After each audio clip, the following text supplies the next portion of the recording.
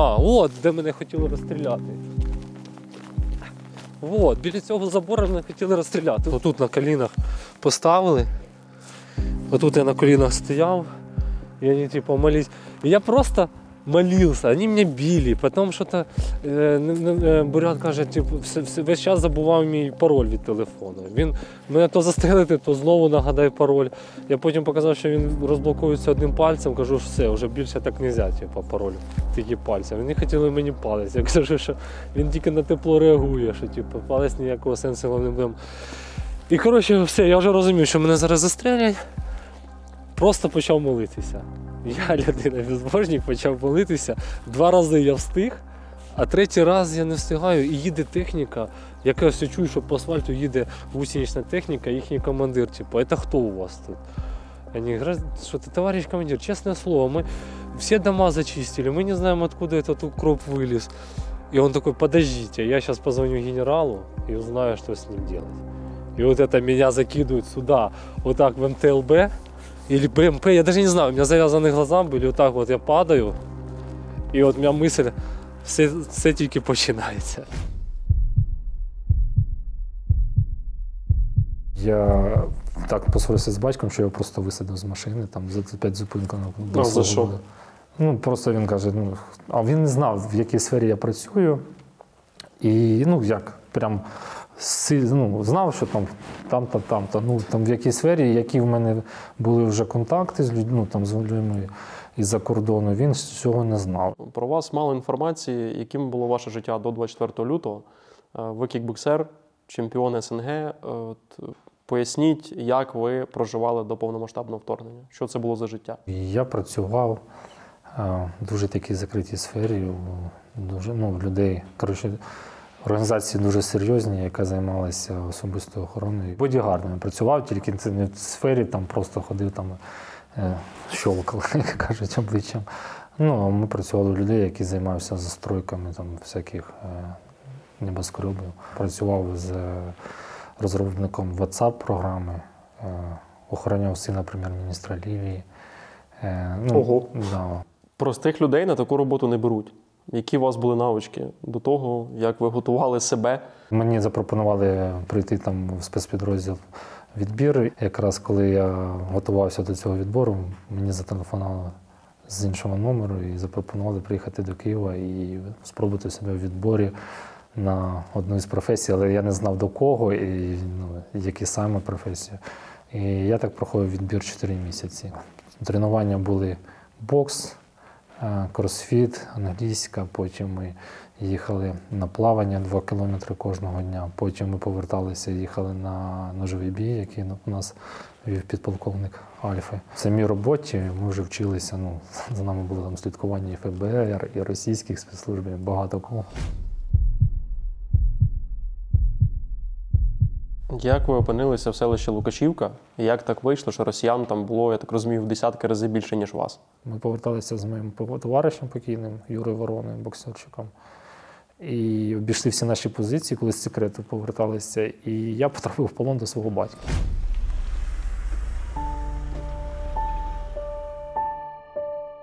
Це газель нашого розвідзводу. Це місце цікаве не тільки цим. На цьому місці, де зараз стоїть автівка, мій батько зі своїм якимось там ще товаришем мене притащили в полон. Отут взяли. Вони мене не впізнали, батько допитував, потім через 5 хвилин каже, ти не мій син. Звичайно. Серйозно допитував прям? Як? Один мене там питав, а батько ззаді задавав просто навіщо. Це без побиття. Я розумів, що це наш, а вони не розуміли, хто я. І це було десь 5 ранку, це от на цьому місці було. Я питав, де штаб. Де штаб, чи на штаба, чи комбат. Мені потрібно було там передати деяку інформацію. І на цьому місці ми перший раз я дізнався, що мій батько також тут. Хоча з військкомату ми взагалі не знали, хто де є, і мій батько взагалі був не на цьому напрямку.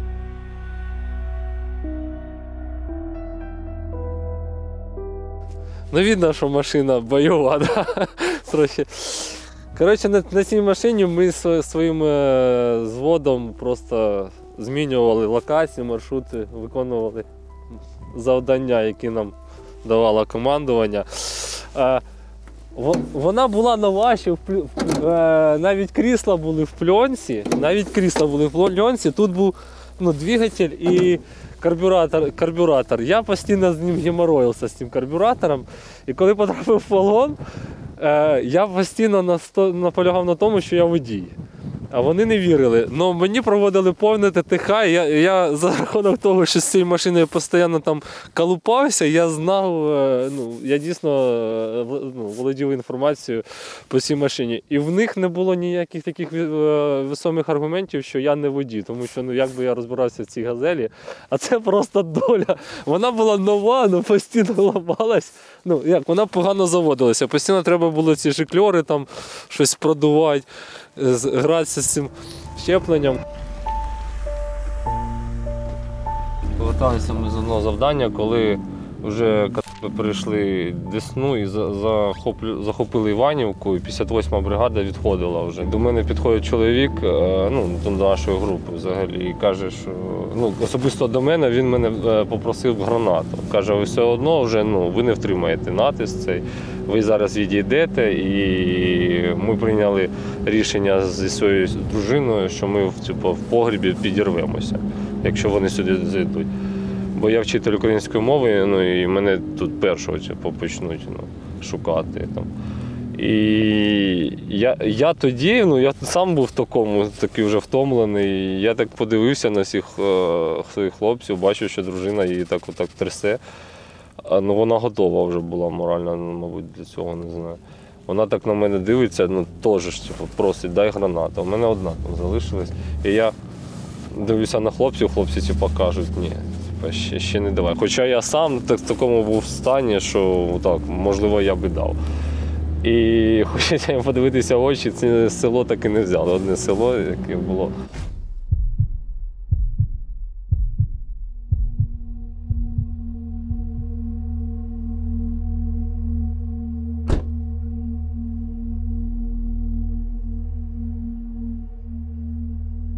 Мої два товариша по війні. Юра взагалі був як молодший брат. Артем мене, можна сказати, багато чому навчив на цій війні. І вони загинули, Артем загинув, в нього відірвав від танкового пострілу голову, розірвало. Я йому надавав якраз медичну допомогу. Як зрізана голова була, і просто було як 3D-модель, все, я бачив всю голову. А у мене ж було тут 49 осколків в голові, 8 щелепів, пролетіло, вирвало зуб і була поранена рука. Але я не знав, що рука ще була поранена. Вона просто на адреналіні, я ще цього не відчував.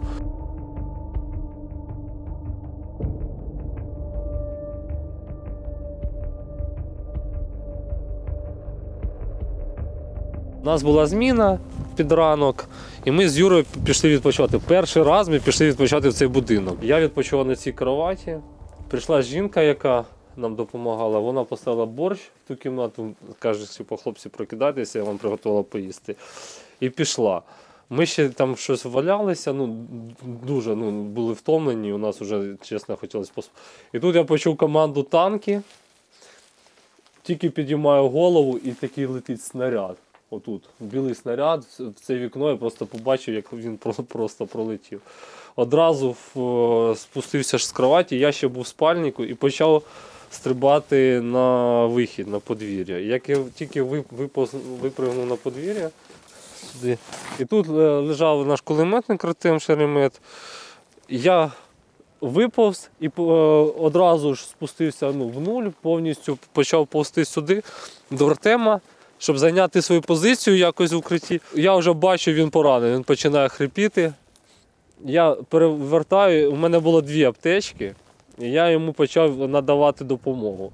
Коли йому надавав допомогу, другий постріл, одразу третій постріл, 4-й, я прокидаюся, вже в нього немає півголови. Я поранений, в ушах кров з цього вуха вже текла повністю, шок. І я поповз сюди. Тут сидів мій товариш Артем Ворона з енлавом отак от сидів, оперся І все. І я на нього дивився в очі, і я не впізнав свого найкращого товариша, я його не впізнав. Я і пульс там намагався прощупати. У мене був монокль, і я цим моноклем перевіряв йому дихання, бо я не міг зрозуміти, як людина може... А в нього було просто осколок в темечці.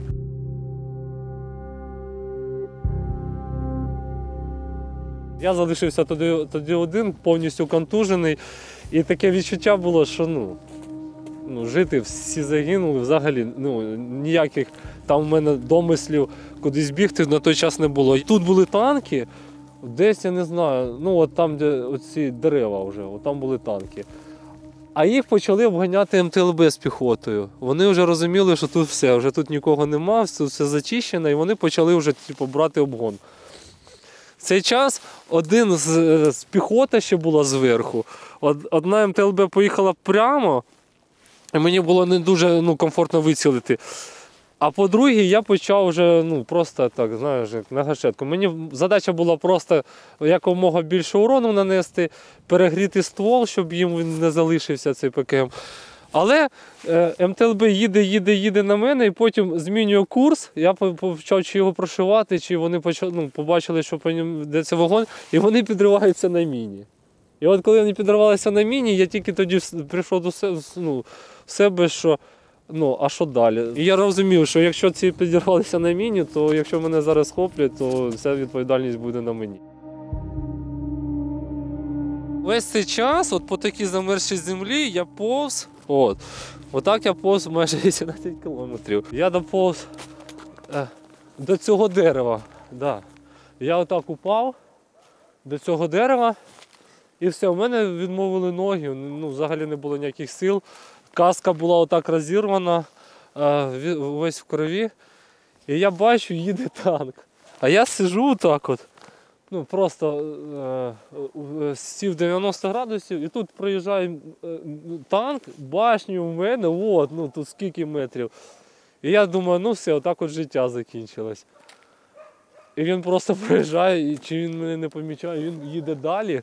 А інший танк за ним, я якраз бачу, як він повертається на місці раз, і так він же не як автівка, він так, як трактор, на одному місці розвертається, і поки той танк розвертається, я повертаю голову, бачу цей забор, і думаю, як його перепригнути, і в мене навіть нема сил, мене, знаєш, така апатія вже до життя, і я думаю, треба приймати рішення. Я скидаю цей шолом, скидаю бронік тут, і беру один автомат з цього з одним рожком і просто перепригую, перескокую якось у цей забор. А танк вже отак їде, другий. А їх було 4. І я перестрибую цей забор і біжу туди до Старого Русла.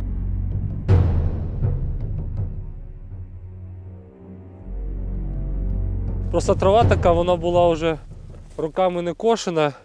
І я під неї застрибнув. А рухатися, я розумів, що як тільки буду рухатися, мене це обозначить. А ноги, вони зараз десь сантиметрів 15-20, вони торчали з-під трави.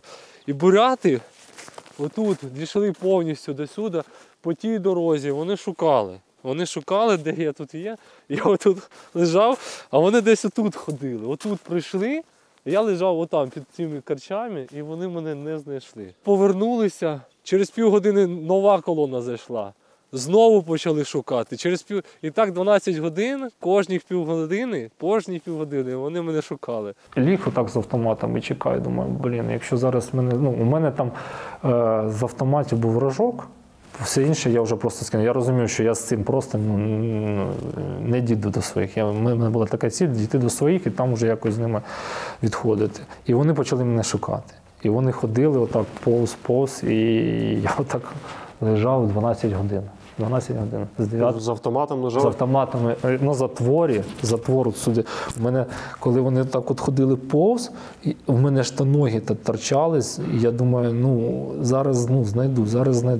А ще документи, я нічого не встиг вийняти, і вони шукали, в мене аж спазм шиї почався, спини, настільки я був перенапружений. Якби вас знайшли, ви б реально застрелились?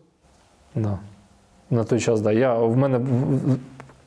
Після того, як я побачив хлопців, я вже тоді не хотів жити. От в той час я вже тоді я вже розумів, що я не хочу жити. Я був готовий повністю. Але коли мене не знайшли, я таки думаю, можливо, мені ще є якась місія в цьому житті, і можливо, це така думка, що можливо я ще побачу своїх дітей. Ще раз побачу своїх дітей. Бо я, коли вони виїжджали, я просто там плакав, чесно. Я думав, що я більше ніколи не побачу. Що значить зачистка? Вони просто всіх вбивали, чи як вони визначали? Так, да, вони знаходили там, якщо не з першого, то з третього разу хлопців, які там наші ховалися десь по домівках. Нас було дуже мало. Вони в полон не брали ніколи. Вони навіть цивільних не брали в полон. Тобто чоловіки вони заходили, там укропи є. І тра-та-та. І я це чув, і в мене, я розумів, що чим це закінчиться, якщо я потраплю в полон. І третій раз мене шукали. І всі зупинялися біля цього броніка і шукали мене десь всіх. І тоді я одразу думаю, це у нас мультикам, звісно. І тільки вже як десь біля 7 я почав вилазити, я дістав свої документи, все порвав, лежачи. Заховав тоді в цей пеньок, який я знайшов потім. Знайшов цю медаль Артема. Чому я цю медаль мій товариш дав моєму сину. Він сказав, що це вже для мене вже третя війна, і я вже з неї не повернуся. Віддає. Він дуже хотів дітей і грався постійно з моїм сином. Він і Юра Воронов. І він цю медаль мені залишив. Я її сховав, але я не знав, що він 2 медалі поклав своїх. Іншу знайшли в мене в полоні. Я випав там на кладовище. Довго ховався, навіть була думка така в могилу просто заховатися. Потім я почав дивитися, я в ту сторону, там російські солдати, я в ту сторону, там російські солдати. А людей просто, ви кажете, витягували з будинків, розстрілювали. По факту, що в Бучі, може навіть гірше. І була потім повністю тишина, комендантська година, люди боялися, найменший шорох, він був просто відчутний. Як ви взагалі потрапили в полон? Я так розумію, свою роль зіграла українська колаборантка. Побачив людину, яка ходить у себе в подвір'ї, і хотів я до будинку свого кума. Але кума звали Дмитро Яриш, це дуже... Серйозно? Так, якщо знали ці росіяни, це просто було б не дуже. І як тільки вийшов на якусь першу дорогу, я слышу, там бабушка, там, синок, я білоруска, мені все одно, чи ти, русский чи українець, я для вас вся, для всіх бабушка, давай до мене до будинку. І я думаю, оце та спис. Я йшов весь час, намагався, щоб мене ніхто не помітив, а тут я спалився, просто майже не дійшовши до цієї хати. І ця бабуся мене завела до будинку до свого. Вона мене намагалася нагодувати, але щелепа була поранена, мені було дуже тяжко. І вона весь час причитала, вона нагнітала обстановку, я розумів, що мені дуже тяжко морально це і вислуховувати, хоча люди дуже добрі. І в них було 2 сини, яких вони втратили. І один з них був інвалідом, і вони хотіли, щоб я залишився як син під його документами, в його одежу мене сховати. А я казав, що я наражаю вас на небезпеку, і я розумів, що справді мене буде ховати тільки мама мого кума. І я тільки вийшов з подвір'я, і я бачу, солдатик, що там. Я думаю, я спочатку не побачив, звідки, бо в мене був чорний плащ і такий капюшон на мені. Я бачу, кричить на всю вулицю жінка, я підбігаю до неї, показую, Мір'яна така, бачить мій камуфляж, хоча він повністю був витертий, я вже такий, скільки проповз. Ты что, наш? А я говорю, вы что, не за нас? И я сама за себя закриваю свою калітку і біжить в дом, в будівлю. І я тоді вже зрозумів, це провал, це мій провал, що вона мене просто побачила. І як тільки я побіжав в одну сторону, бачу там росіяни, і я, як ще звернув увагу, знак був для мене. Красна хустинка була на подвір'ях зав'язана. Я такий думав, красна хустинка, я так бачив це на росіянах. Я назад, там росіяни, і я в іншу сторону, всюди росіяни, і я розумію, що зліва від мене була будівля після пожежі, і я міг через неї проскочити, але я вибіжав в відкрите поле, і мене б застріли. А вони вже бачать мене, і я вирішив не подавати зовсім ніякої виду, що я чогось боюся, я вирішив як під місцевого. Вони ж побачили мене, і я вже розумів, що якщо я буду робити якісь необережні речі, вони зрозуміють, що я мінжуюсь. Да? Я пішов на них, так впевненим шагом, і вони стой. І так підходять до мене зі зброєю, типу, стой, ти хто? І я кажу, та місцевий, типу, ну, чого вони, типу, на мене автомати? Ну, я місцевий, йду додому. Куди? А коли списали куди, я думаю, якщо зараз скажу до кума, ну, я вже зрозумів, вони зараз скажуть, куди я скажу до кума, як його звати, я скажу Діма Ярош, все, казочки, кінець. От де живеш? Я говорю, вулиця Леніна. А потім дивлюся на напис на якомусь будинку, а там щось вулиця Дружби чи щось. Кажу, ну, бивша Леніна, зараз Дружби. Коротше, починаю. Ти що, дурак? Я говорю, та ні, що. А що ти лазиш? Я говорю, ну їсть хочу, ну скільки ж можна сидіти тут вдома? Починає мене обшукувати, знаходить в мене ніж, мультитул, фонарь, телефон і все. Вони оце хотіли пограбувати і по факту мене просто застрелити. І все. А потім я знімаю капюшон, і я поранений. Він такий, та ти там, ми вас всю ніч кришили. А, вони ще побачили форму. Тут вже ж, що говорять, форма Я кажу, так це ж у нас так прийнято, це просто від батька доношую тут речі в селі. У нас так прийнято, спецовку доношуємо в селищах. А ти що, дурак опять на мене? А потім знімаю цей капюшон, у мене тут поранення на лиці, шаг назад, автомати. Да ти, укроп, ми вас всю ніч крашили. І мене, коротше, почали тут бити прямо на цьому перехрестку. Ну, ближче туди до забору вивели. Тут я впав, почали бити ногами. І потім мене повели. Коли зняли з мене ремень і побачили ж нам напис Пентагон, вони, що я американський військовий. Та ти американський найомник, і тут бурят стоїть, так праворуч. Мене б'ють з усіх сторін. Я тримаю блоки, ну це не тюрма, ще можна було захищатись. Я тримаю блоки, думаю, капець ви слабий. Ну, я навіть не відчував цього. Ну, у мене такий адреналін був. І я так впевнений в собі, що я все одно на тому, що я цивільний, ви зараз просто над цивільною людиною знущаєтесь. І він такий, да ты американский наемник, где ты научился говорить по-русски без акцента? А он мне на акценті это говорит, бурят. От де мене хотіли розстріляти. От, біля цього забору мене хотіли розстріляти. Тут стояла БМП, ну тут просто дерева, вони були більш зеленого кольору. Отут стояла, можливо, БМП. Отут мене хотіли розстріляти. Отут на колінах поставили. Отут я на колінах стояв. І вони, молились. І я просто молився. Бурят каже, весь час забував мій пароль від телефону. Він мене то застрелити, то знову нагадай пароль. Я потім показав, що він розблокується одним пальцем, кажу, все, вже більше так не можна, пароль тільки пальцем. Вони хотіли мені палець. Я кажу, що він тільки на тепло реагує, що палець ніякого сенсу не буде.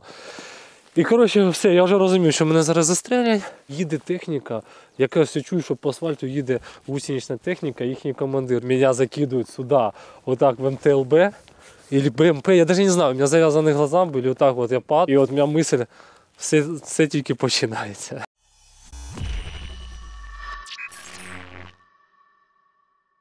Це одне з найбільш вражаючих і непростих відео на моєму каналі. Історія, яку важко дивитися і не уявляю, як можна пережити. Навколо нас дуже багато непростих подій, і не ігноруйте свої емоції та переживання. Психологічна підтримка для чоловіків – це не соромно чи незручно, це навпаки те, що потрібно зараз, і те, що буде потрібно після війни. Дайте голос своїм переживанням. UNFPA – Фонд ООН у галузі народонаселення в Україні. За підтримки уряду Великої Британії та у співпраці з громадською організацією «Інноваційні соціальні рішення» запустили лінію психологічної підтримки для чоловіків за номером 2345. Вона працює анонімно, безкоштовно та цілодобово. За 15 місяців існування проекту психологи надали близько 11 тисяч консультацій. А більш ніж 5700 чоловіків отримали фахову допомогу. Не треба замикатися в собі та ігнорувати будь-які проблеми. Дзвоніть на гарячу лінію за номером 2345. Вона безкоштовна, анонімна та працює цілодобово. Якщо вам комфортніше не дзвонити, а поспілкуватися із фахівцем в онлайн-чаті, пишіть у зручний для вас месенджер у Telegram, Viber або Facebook. Посилання залишаю в описі до цього відео. Коли дзвонили генералу, і по факту вони ж вирішували, вбивати вас чи не вбивати, що ви в цей момент думали? Це ж такі буквально для них секунди, для вас може бути все життя. От тоді я думав, хто буде кормити моїх дітей, і хто буде взагалі навички передати моєму сину, моїм дітям. От за дітей. Я тоді дуже хвилювався, що я навіть з ними не попрощався. Морально дуже сильно угнітало. А от просто померти, як померти, чесно, така вже не було настільки сил, що вже було все одно. Привозять мене і ведуть в барак. Я заходжу, бачу цього генерала, і в мене такий сміх, просто душевний сміх. А я його фото знайшов, покажу вам. Він такого зросту невеликого, уси такі, папаха, така, вона не сіра генеральська, а така була більше до синього кольору. І він такі, ці туфельки, ці розмір там 40-й, я так дивлюся на нього, отак от. А у вас 1,92 м.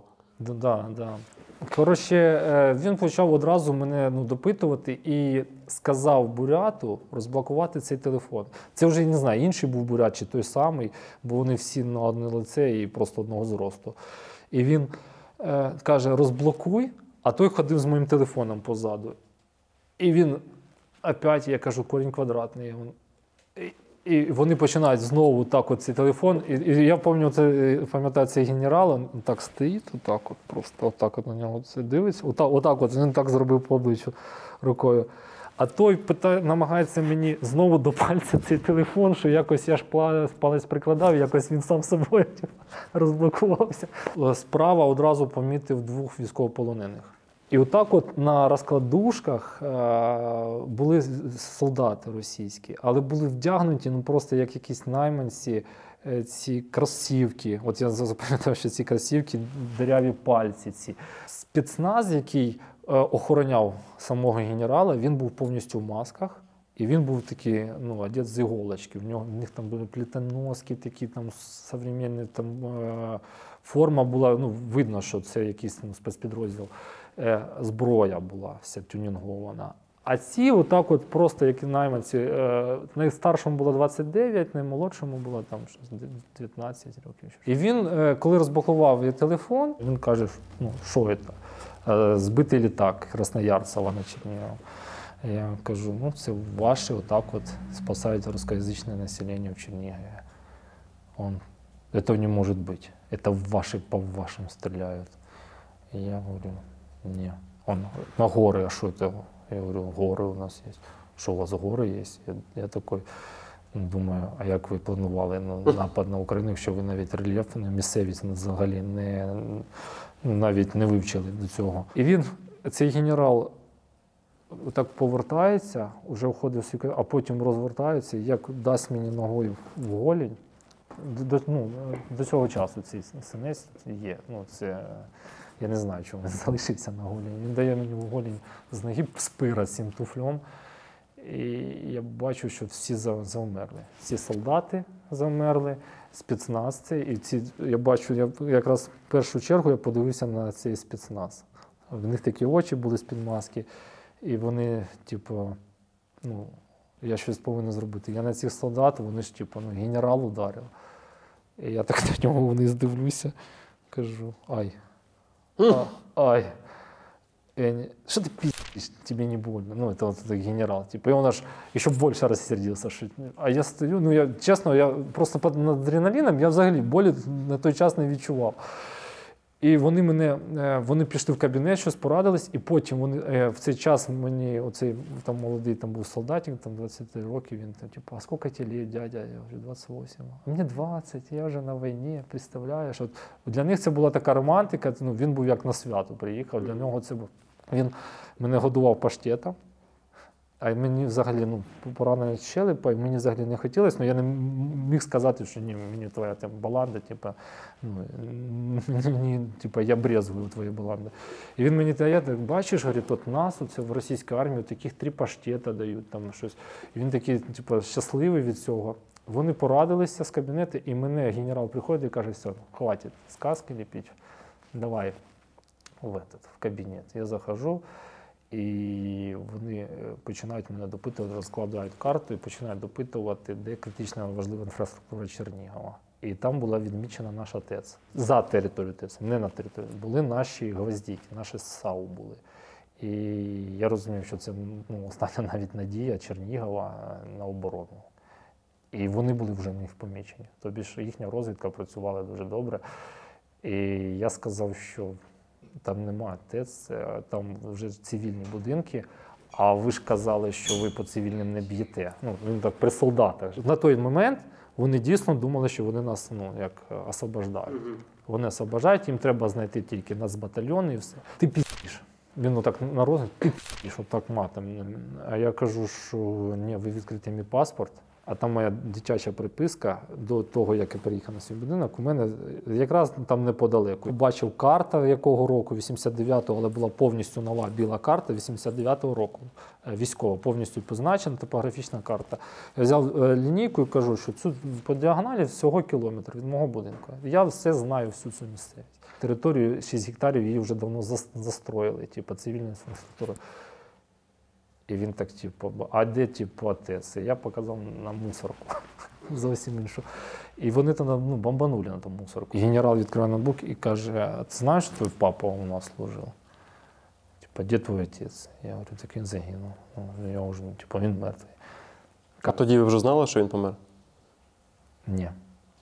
Чесно, не хотів, щоб його шукали, але я знав, що там вижити було просто неможливо, цій Лукашівці. Я розумів, що відчуття в мене було таке.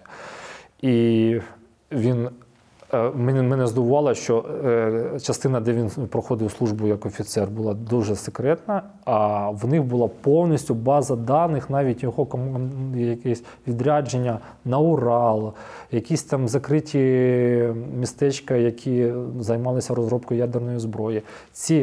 Я про це почув тільки коли в мене було вже 2 дітей. Тільки про це він почав розповідати. А до того я навіть цього сам не знав. Вони вважали, що можливо, я не знаю, я так думаю, що просто що він на якійсь дуже високій посаді, і він не може така людина бути не при ділі на війні. І мене приводять до цих російських солдат, і цей бурят відводить мене в ангар.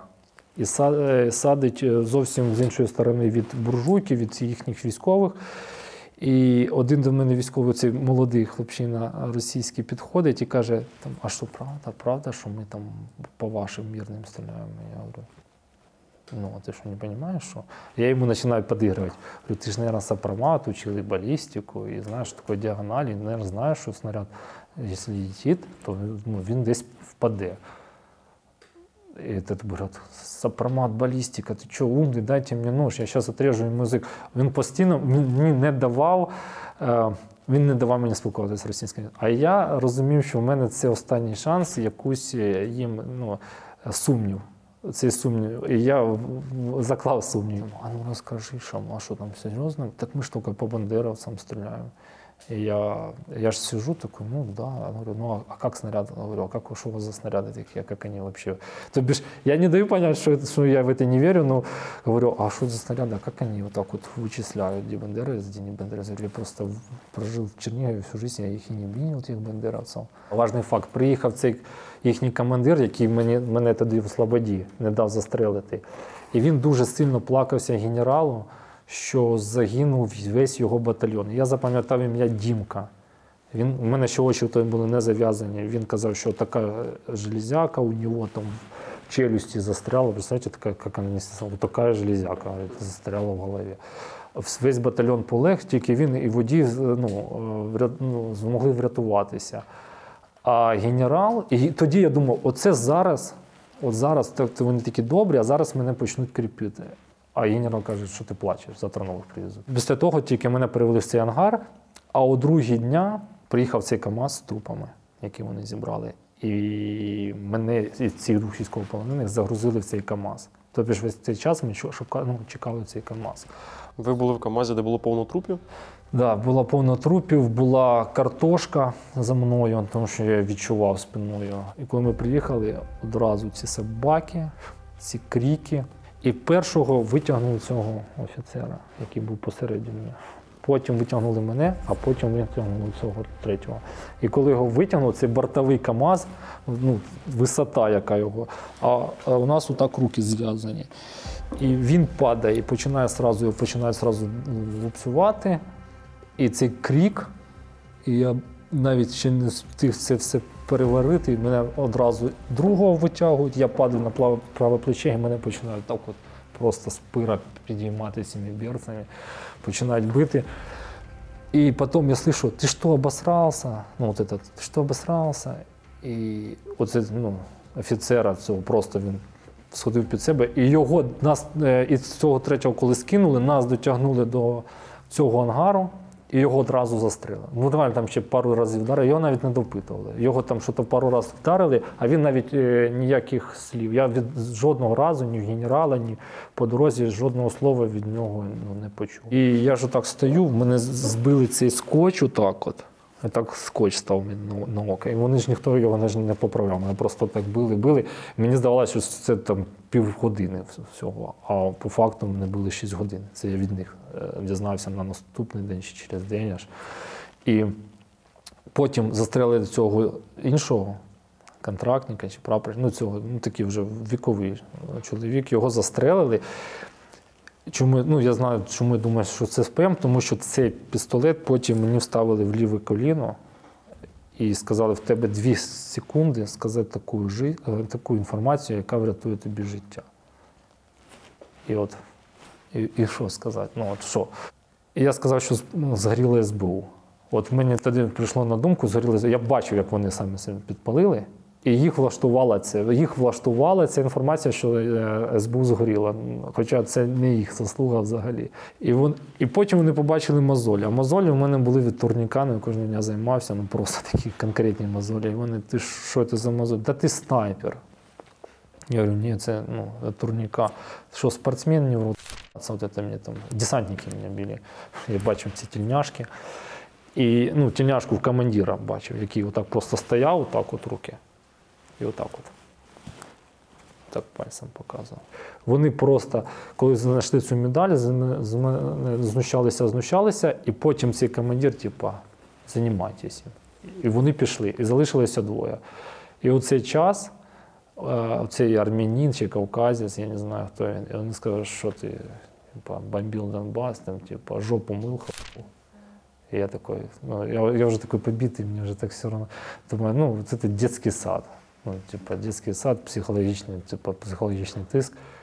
І він знімає з мене штани. Оці грязні штани, а я лежу, отак лежить офіцер перший, отак прапорщик цей, і я лежу отак от. І вся ця юшка, хоча якщо я застав пістолетом, я не знаю, яка юшка, юшка була, її було багато, можливо, з носа. Вона отак от мені отак от до лиця отак от стікала, і я оце пиль пам'ятаю, що я, щоб не задохнутися в пильці, з кров'ю так намагаюся виплюнути. В рту в самого все пересохло, і він мені що ти жопу мив, і він починає знімати штани. І знімає штани, я ще думав, що це психологічний тиск. До цього моменту думав, психологічний тиск. Я починаю нагнітати йому, що я взагалі в полі в туалет ходив, не підмивався, води у нас в Чернігові немає.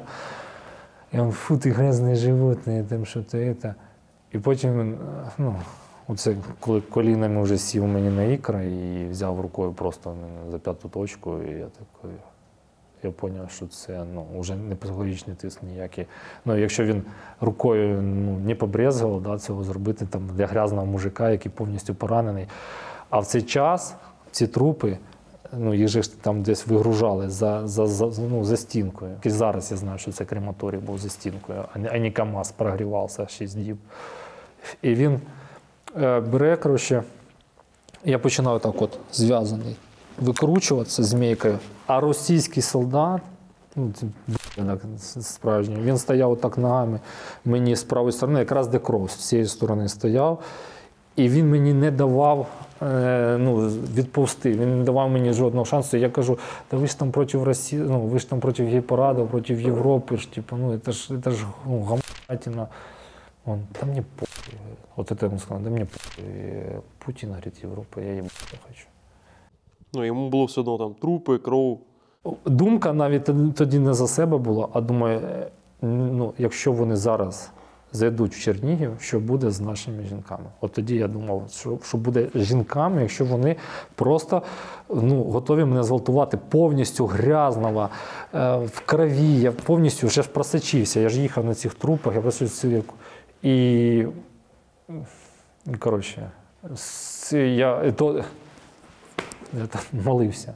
Я теж молився. Я не віруюча людина, яка взагалі там знає «Отче наш». Там. Та ні, ну там уже можна молитися, тому що це, напевно, краще вже померти. В цей час я не зміг навіть згадати начало. Я не пам'ятав, з чого починається молитва, і починав я сказав тільки кінець молитви, і почув постріли, вибухи. Вибухи десь були не по цьому приміщенню, десь поруч. Вони сховалися.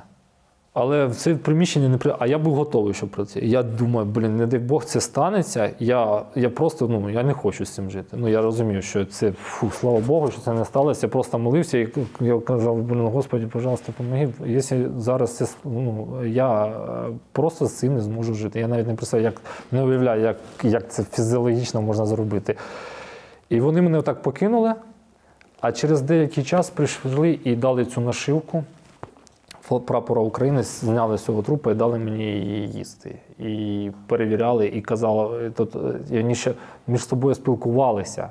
Вони ще між собою спілкувалися, що зі мною робити, та давай посимпатичніше найдемо.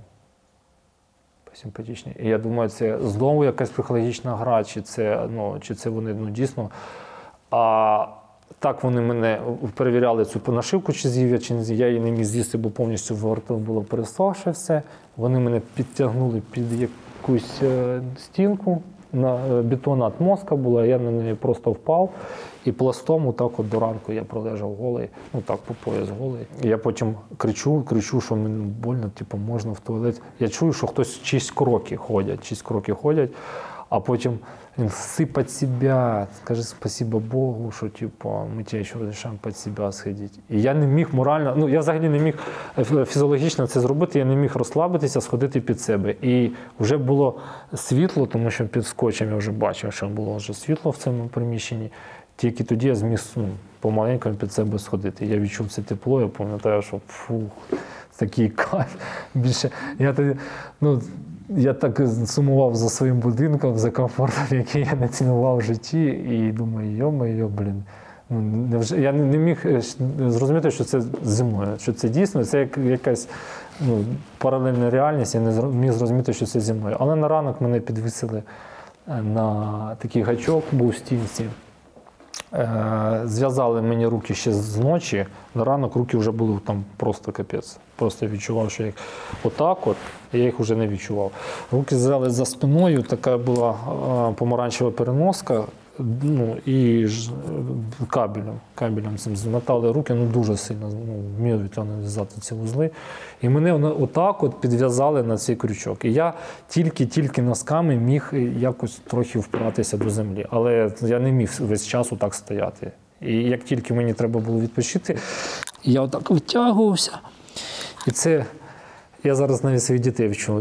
Я це робив, цю вправу кожного дня на турніку, коли отак ногами і витягувався. І це в полоні мені дуже допомогло, що я ловив цю точку розслаблення як такову. Але руки я вже не відчував, і так вони мені 6 діб тримали.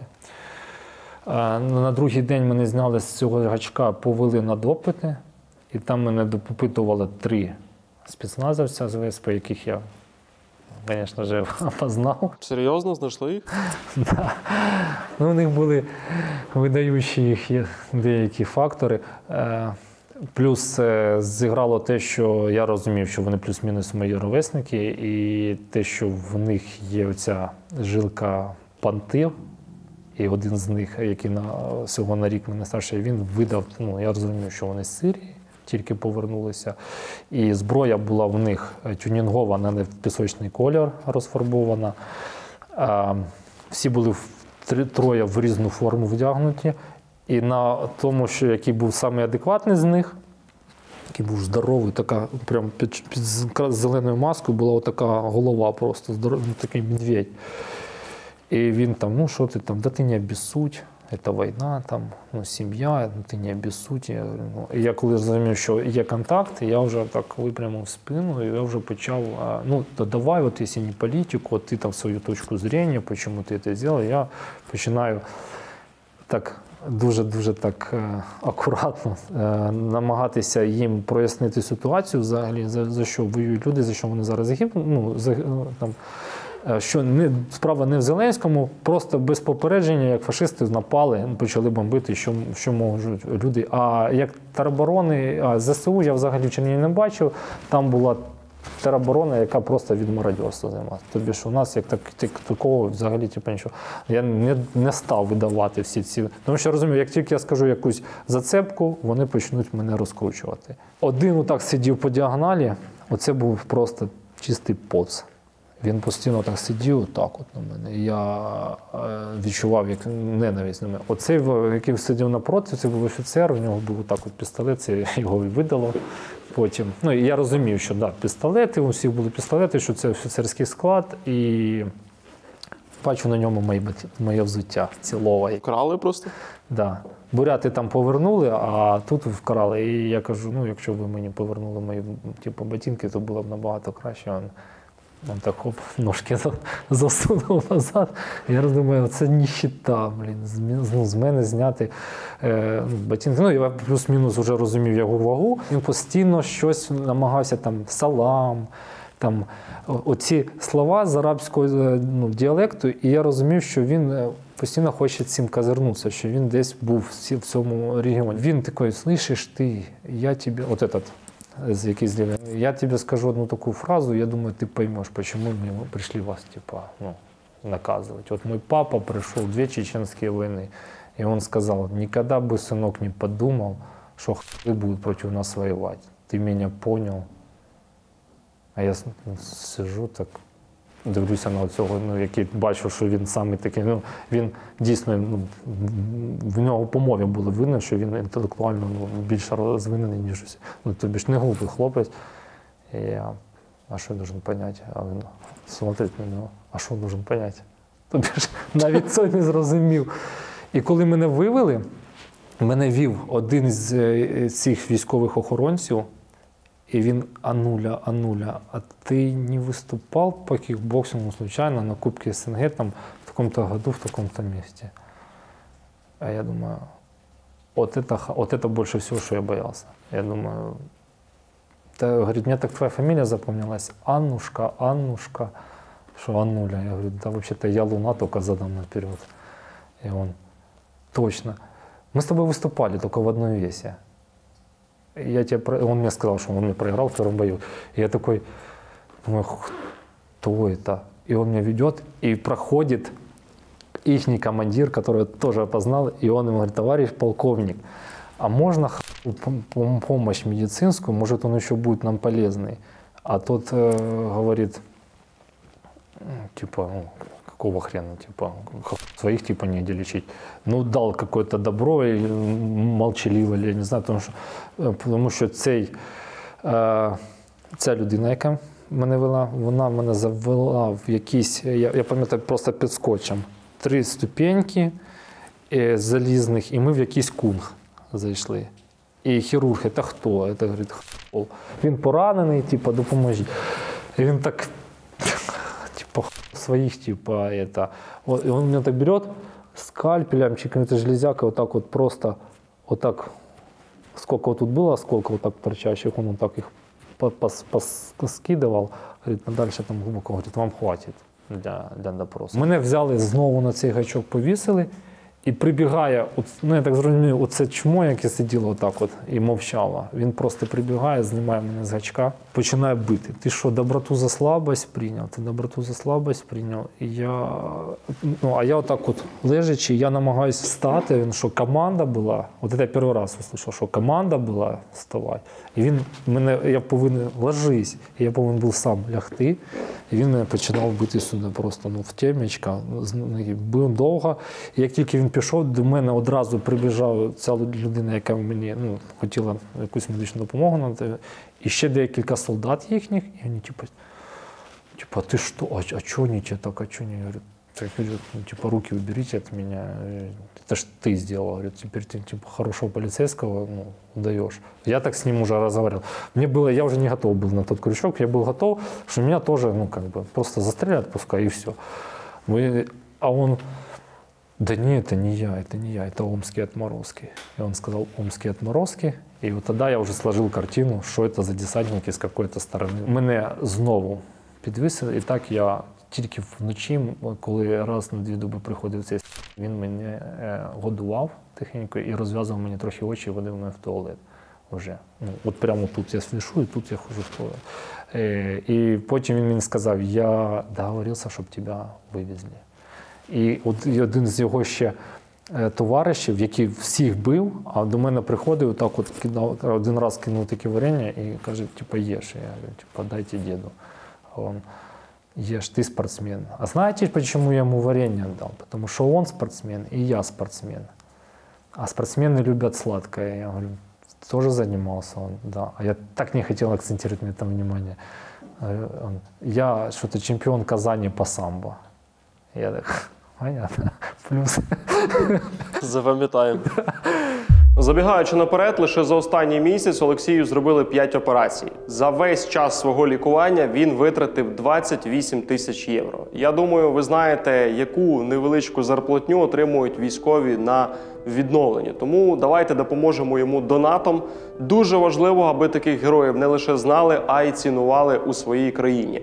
Для вас залишаю реквізити під цим відео. Давайте допоможемо. Мене цікавий такий момент. Почнемо з того, що ви тренували пам'ять. Ви сказали, що вас батько дуже багатьом речам навчив, тому що ви запам'ятовували прізвища по батькові, імена, в кого які були туфлі, ось такі деталі. Я знаю, що ви тренували пам'ять, вчили вірші, писали вірші. У мене дуже мало розвинена фотографічна пам'ять. І на рахунок там взуття, годинники, все, що я запам'ятовую, така робота, що була в мене зв'язана з аналізом, постійним аналізом, і постійно мене вчили цьому, щоб помічати дрібниці. Бо за це було, якщо ти якусь дрібницю міг не помітити, це міг був зальот бути у всього колективу. І це як я вже так розвивав свої здібності вже впродовж цього життя, можна сказати. І коли я навіть біг в цій тюрмі, я одного разу зрозумів, коли побачив це взуття, підклеєне клеєм, я зрозумів, що це ж саме моя робота, тільки обличчя вниз. У вас були такі жахливі умови проживання. Я знаю, що до вас приїжджала Сіманян показувати картинку для ТВ. Трошки про це розкажіть. Як було насправді і що показали? Сіманян, коли зайшла з Любе. І вони одразу, моя була палатка як, найчистіша, бо вона була медична. Я прибирав, щоб не було антисанітарії. І вони до мене підійшли і кажуть, Любе, ця група розторгує. Одразу до мене, що, що ти там, на ти в там піснях вираз. Я говорю, та я ж на ваших піснях же і виріс, мій батько військовий, я це Любе знав, там комбат, батя, всі пісні. Он, да що ти зараз будеш придумувати все, що угодно, аби тільки вижити. Він такої агресії. А я кажу, і я починаю йому наспівати деякі пісні, які не є популярні в його. І він замовк. Він замовк одразу.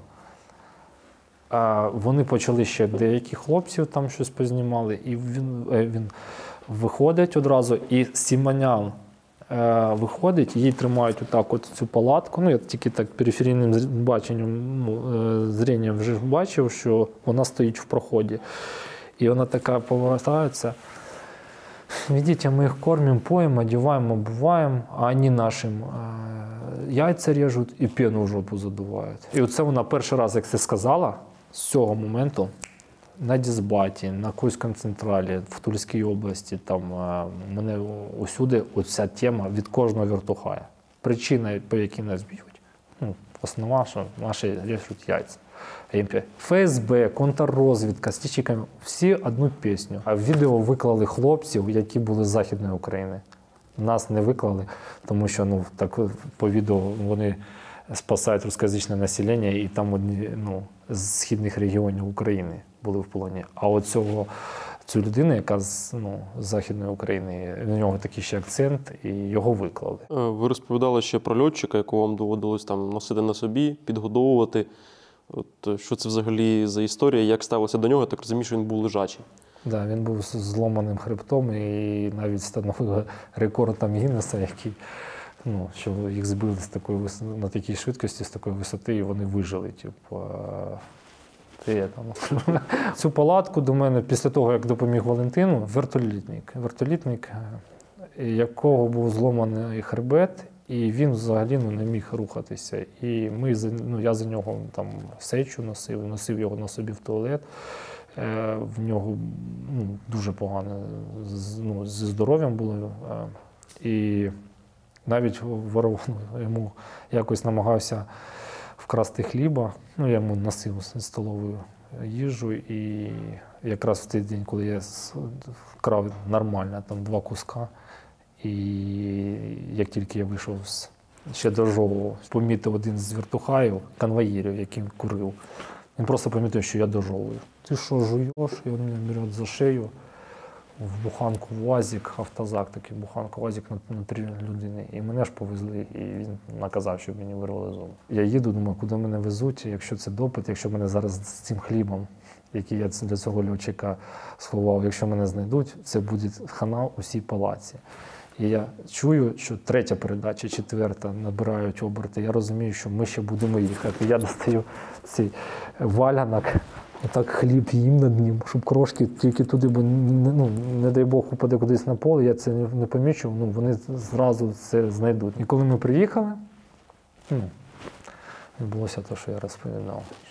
Вам вирвали зуби для задоволення? Мабуть, так.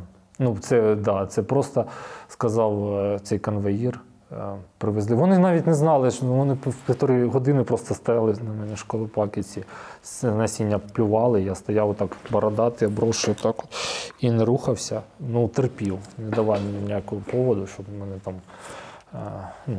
не показував, що я там зламаю, що там якусь прошу в них там допомогу. А потім вийшов цей лікар, стоматолог, і сказав, що я вас чекаю вже 1,5 години, чи чого ми тут стоїте. І ми коли зайшли, він каже, що будемо лікувати. Я сказав, нічого, вирвемо зуби, жевательні 2. Та його був наказ. І цей стоматолог сказав, так я не буду, я не можу цього зробити. Он говорить, ти що, жалко. І він сказав, що я зроблю доклад. Я зроблю доклад. Позивний, це кому він повинен був зробити доклад? Ліана, це був як начальник цього дисбата.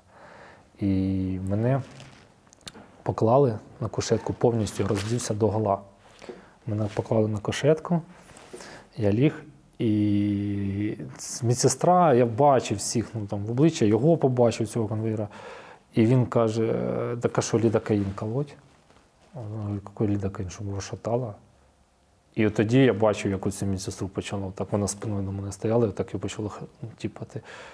А той стоїть, цей стоматолог, він так вдягнув маску, включив світло, на мене так, говорить, ти ж розумієш, де ти знаходишся? Я говорю, в полоні.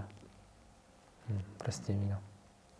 І, це, от зуби, це я б виділив. Зуби б я виділив, тому що... Як ви це витерпіли? Тому що люди з наркозом бояться до смерті, а ви без.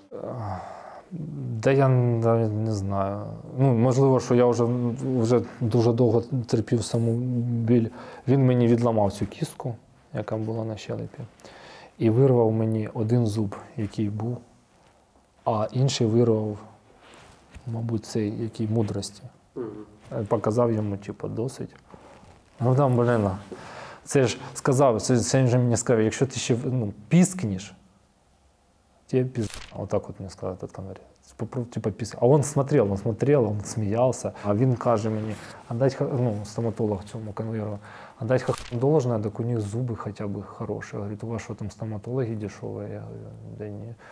И он говорит, вот наши приезжают, 18-летние, у них уже ни дырки не было в зубах, а у хорошие зубы. И говорит, кого не привозите, кстати, момент, он сказал, кого не привозите, у всех хорошие зубы. Он говорит, его хотя бы сегодня даже не разрешайте спать ему на этой стороне. Он сказал, и не напрягайте его сегодня. Он, да, и молока дадим. Чому ти зуби не чистити? Повинна бути ідеальна гігієна, а нам навіть вмиватися не давали. Там на дисбаті навіть вмиватися не було чим. І пити ми 2 ковка води всього всього розподіляли. Я навіть дивився, щоб ніхто більше не випив, тому що це з тубиками люди, з гепатитом, отак от. Ну, якщо ти вип'єш на один ковток більше, комусь не достанеться. І за рахунок сили, можна сказати, я і цей авторитет будував. Я приїжджаю до цього дисбату, відкриваються ці ворота колючі, і ця Ліана каже, а нахрена ви його привезли? Нам було застрелити вдоль дороги і викинути. Я заходжу в палатку, і мені тільки починаю щось, ну, до цієї розкладушки доходити, і вони, Ануля, на вихід. Я виходжу, і мені дають 2 відра конусних, не конусних, а таких циліндричних 2 відра військових. І сказали, щоб я ставив палатки. Я пішов тягати пісок, я приходжу, а в мене ідеальна санітарія, сказали, кажу, а чим набирати? Придумай. І я цими руками, я ж розумію, що я їх не можу ніде потім помити. Я так насипаю пісок і починаю отак от з опущеною шиєю носити цей пісок, тому що мені не можна, щоб бачити, хто по периметру. І я так, а з того, що в мене були ноги обморожені, в мене був такий пісок, оця грязь, от така каша в цих чоботях. Я кажу, можна я розбуюсь? Мені, типу, нельзя. Я ходжу, а у мене ноги аж варяться в цьому. І я починаю самостійно ставити цю палатку. І за того, що мені було тяжко вже ходити, коровця, а я сплюнув кров на пісок, мене почали лупцювати, що я на російську землю кров сплював. Ти що, на російську землю кров плюєш? Що Росію не вважаєш? Як вас перевели на Курське СІЗО? Одного дня, кстати, уже тут на дисбаті, вони вже знали, що я кікбоксер, і начкара, ратник, сказав, що як тільки я буду виходити з палатки, автомат з предохранителя, патрон в патроннику повинен бути. А вони кажуть, типа, лижник на мене, лижник. Дивіться, який Ануля босиком по снігу ходить, типа, що я закалений. А он говорит, он не лыжник, он кікбоксер. І я такой, опять. Ну, вони боялись, да? Да, вони з першого дня мене вже під свій контроль взяли, бо я в Термухі приїхав російський. Мене взяли в російську Термуху і сказали, що це я з російських. Да, вони боялись, вони мені всі такі, і я там стояв такий.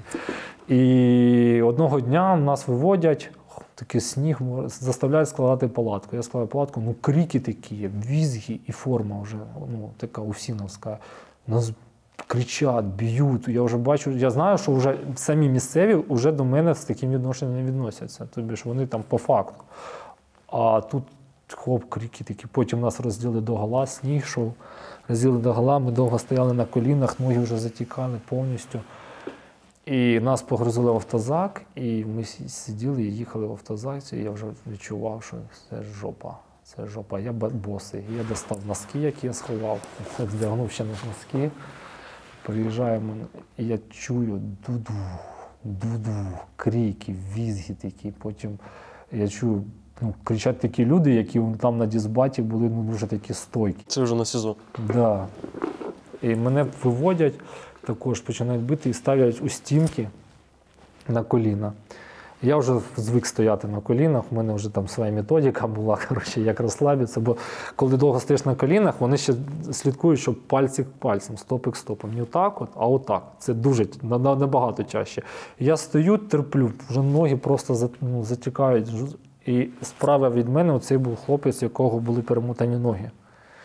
І він трусився і плакав. Підходить спецназовець. І він каже, а чого ти плачеш? Мені страшно. Він вже такий, він бывший майор міліції був. Мені страшно. І він як ударить його. А русских убивати було не страшно. І починають його лупцювати. Я стою, не рухаюсь. Він підходить наліво, іншого зліва, починає одразу бити. Я в військовій формі, найвищий з усіх. Мене не б'ють.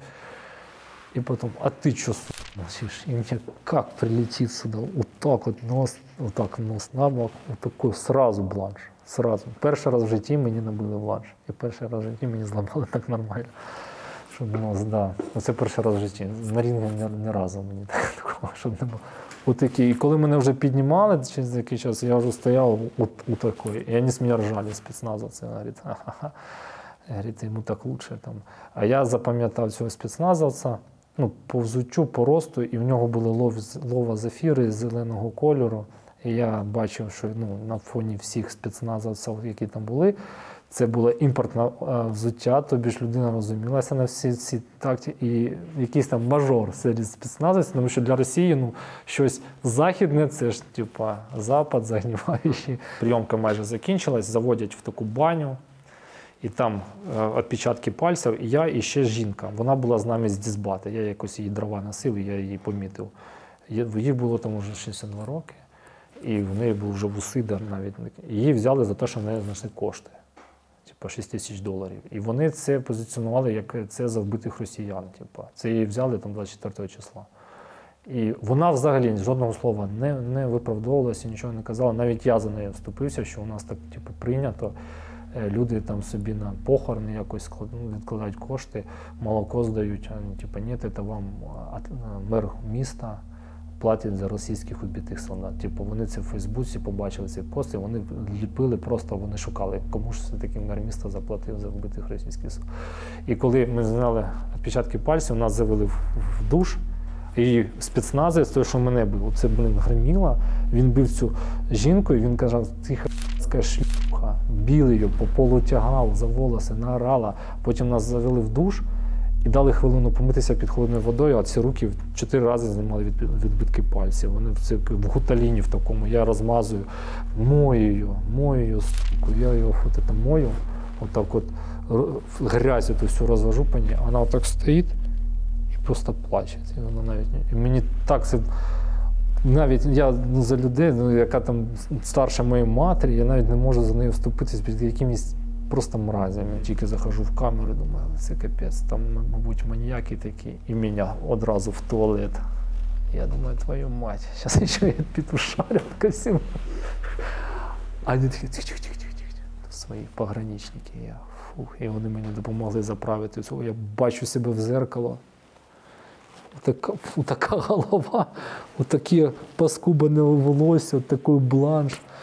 Я знімаю футболку, а я вже так підсох до того часу. Я знімаю футболку, і я пам'ятаю, це один прикордонник Лухівський каже, ого, ми б тебе самі б відпіздили. Ти говорить, я бы тебе сам не поверил, что ты не спецназовец. А я так высох, я так снимаю, они такие все с животиками там. И я снимаю, они мне все вот такие, я на 2 головы их выше, и я был действительно был физично розвинений. І я такий говорю, ми б тебе самі б відпіздили. А там же ж на Курську заставляли про співробітництво, стучать. Кожному давали позивний, і навіть коли я не хотів цього робити, мене били, просто били. І навіть начальник колонії при цьому був присутній, коли мене били, і заставляли, щоб я підписав. Далі позивний «Тапок». И я кажу, так вы хотите с меня, вы же знаете, вы же сами таких не уважаете, вы хотите с меня взять, типа, зрадника, а вони, типа, ти що, що сумніваєшся? Типа. І він мене оцей стояв так за ВДВ, такий здоровий сільський такий ватажок, і він мене так лупцює, це вже на допиті, в день прийому. Лупцює, а потім заходить начальник колонії, і 2 спецназовця за ним, а сидить опер, це записує, і він не хоче стучати, типу. От. В нього ж очі такі дзинь, типу, сам даю повод цим бити. І цей б'є, цей час отак уже стоїть, б'є, і я лбом всі костяшки. Я так чітко йому все... Просто я вже не міг витримати. Я коли захищався, він казав, що команда була. Те, що тут б'ють, я говорю, да. Он, мой тебе совет, ніколи більше не говори, що тебе тут б'ють. І я так... І от я вже не витримав. Він не міг підгадати дистанцію. Він бив мені лоу-кіки, він не міг підгадати дистанцію, я просто виставляв ногу на строй. Я розумів, наскільки, як працює дистанція при контактних видах спорту. І також, якщо в нього він в речах повністю не міг вигнути, він не міг підібрати дистанцію, було дуже мало взагалі дистанції, де мене тримали за цією решіткою. Він коли бив, воно вроде так і прилітає, але я не відчував цього болю. Уже потім, бо він травмував ліву руку, а правою було просто, він не міг підібрати цю дистанцію. І цей начальник колонії, типу, так, дайте йому ускорення, а він вже не може показати начальнику, що він травмував. Він сам не зрозумів, бо він так обличчя відвернув, і тоді мене спецназ прикріпив трохи, потім я на колінках по коридору поповз. Вас лупили, а травмувались інші? Так, на інший день також таке. також. Один травмував ногу в мене, а інший руку. Троє мене лупцювало, і вони на інший день мене визвали і сказали, тебе. А там яка система? Не дай Боже, хтось раніше з камери щось скаже, ніж ти. Тобі ж, просто донесе на когось. Ми одразу, там хлопці були такі нормальні, ми одразу, я кажу, мене заставили, тут всіх заставили. Він так, це ж допит, цей здоровий, як Паріщенко, мене лупцював, він травмував в мене руку. А інший кікбоксер, до речі, він травмував в мене ногу. Лівий лоу-кік потрапив мені в коліно. А в мене така калоша була, що я як ногою не шевелю в калоші. Я розумію, він травмувався дважди, і потім сів просто на диванчик, він перестав мене бити. І цей підполковник, він так дивиться допит, і він такий, а я ж зрозуміла, що трохи побитий зайшов, а він такий, а знаєте, я йому вірю. И он так на них посмотрел, поулыбался, улыбнулся мне. И меня вывели с этого допроса. И мне дали погоняло на тюрьме Костолом. А це погоняло було в мене в спорті.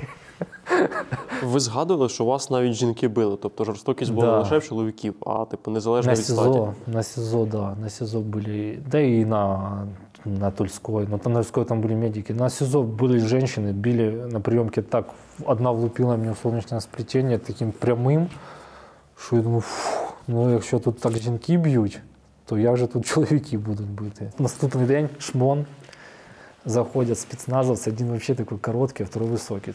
И он такой на меня палками, ты обезьяна, там что-то на меня, лысая обезьяна. Я всегда обезьяна, такой был побитый. Мы все были зеленые, я был фиолетовый.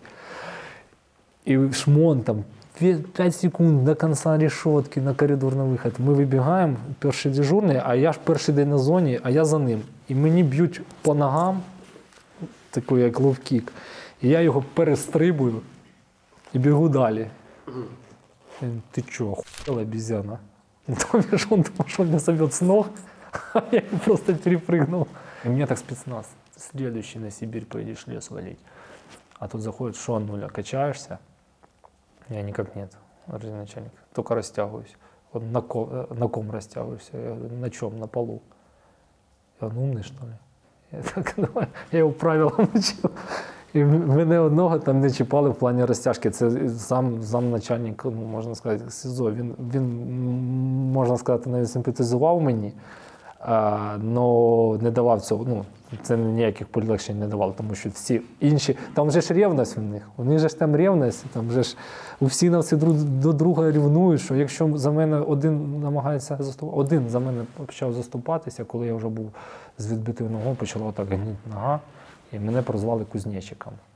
І я пригав на одній нозі. І коли мене забивали там в бані, зламали там, де мені хребет з цим киянкою, був закритий, да, 2 закритих переломи на тому місці, ще один на тулі. І він, коли я вже пригав, представте, там СИЗО, там, я не знаю, стадіон, а не СИЗО. Ми коли в одну сторону пропригав на одній ногі, там помився на одній нозі. І на одній нозі назад повертаюся, і все, вже нога у мене забивається ікра. І вони такі, нічого себе, він пропригав, типу, кузнечик. І я падаю. І вони мене, типу, з собаками, з цими, а цей спецназ за мене заступився, типу, давай. І він думав, що я на обмін їду з Курська. Він мені сказав, на обмін поїдеш.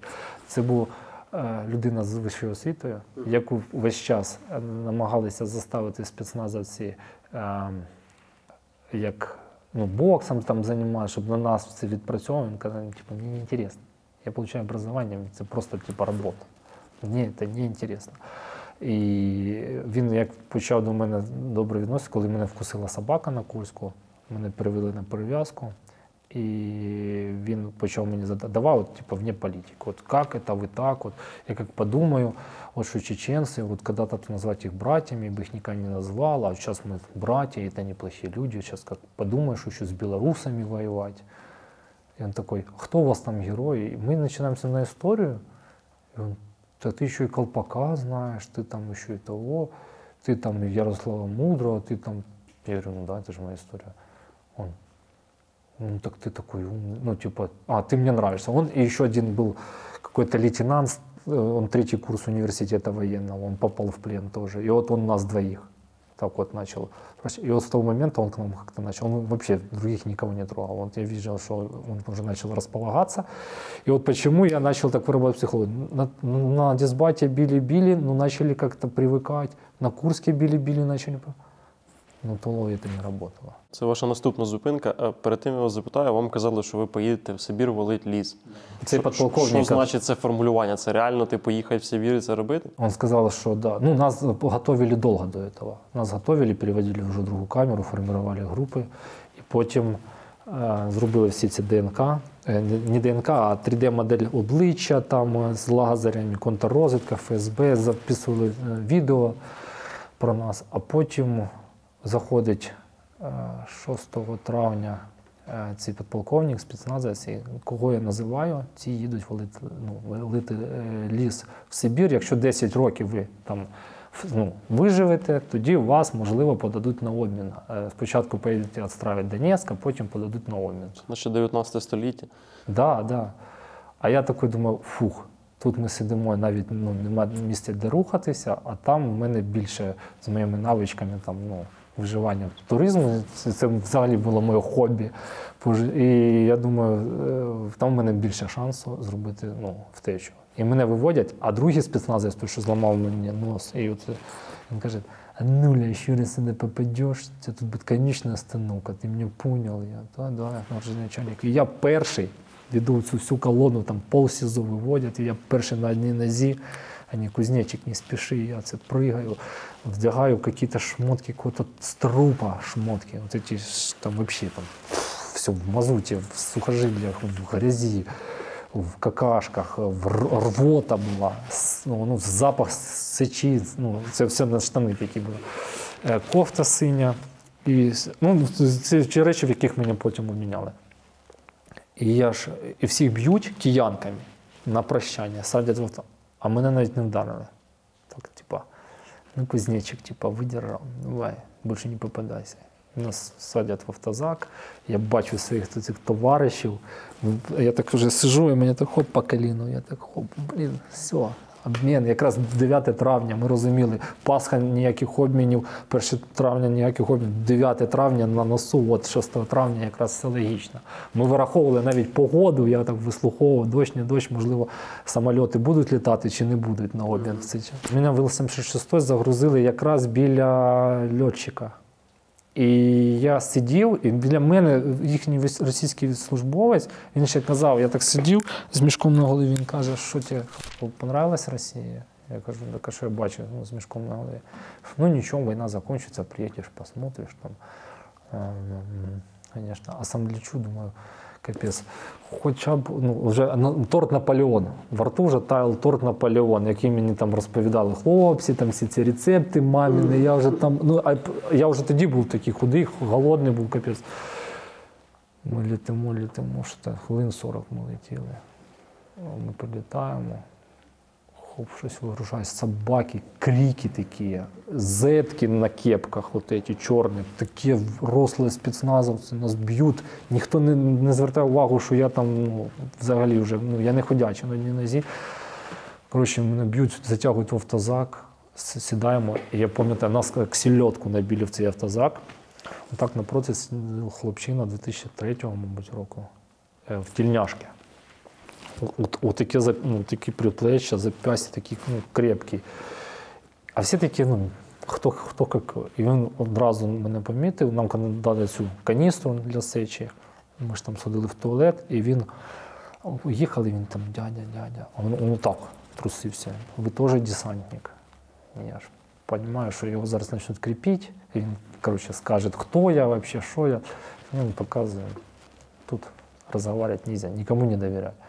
А я бачу, що він коли сказав 2003 рік народження, я перекличка коли була, я думав, що вони ще за партою сидять, а вони вже воюють, і вже такий життєвий досвід. І я такий сиджу, 2 години проїжджаємо, один спецназовець каже іншому, а куди їх везуть? А інший, який старший, каже, чим далі в тил, тим краще. І тоді я зрозумів, що ніякий це не обмін.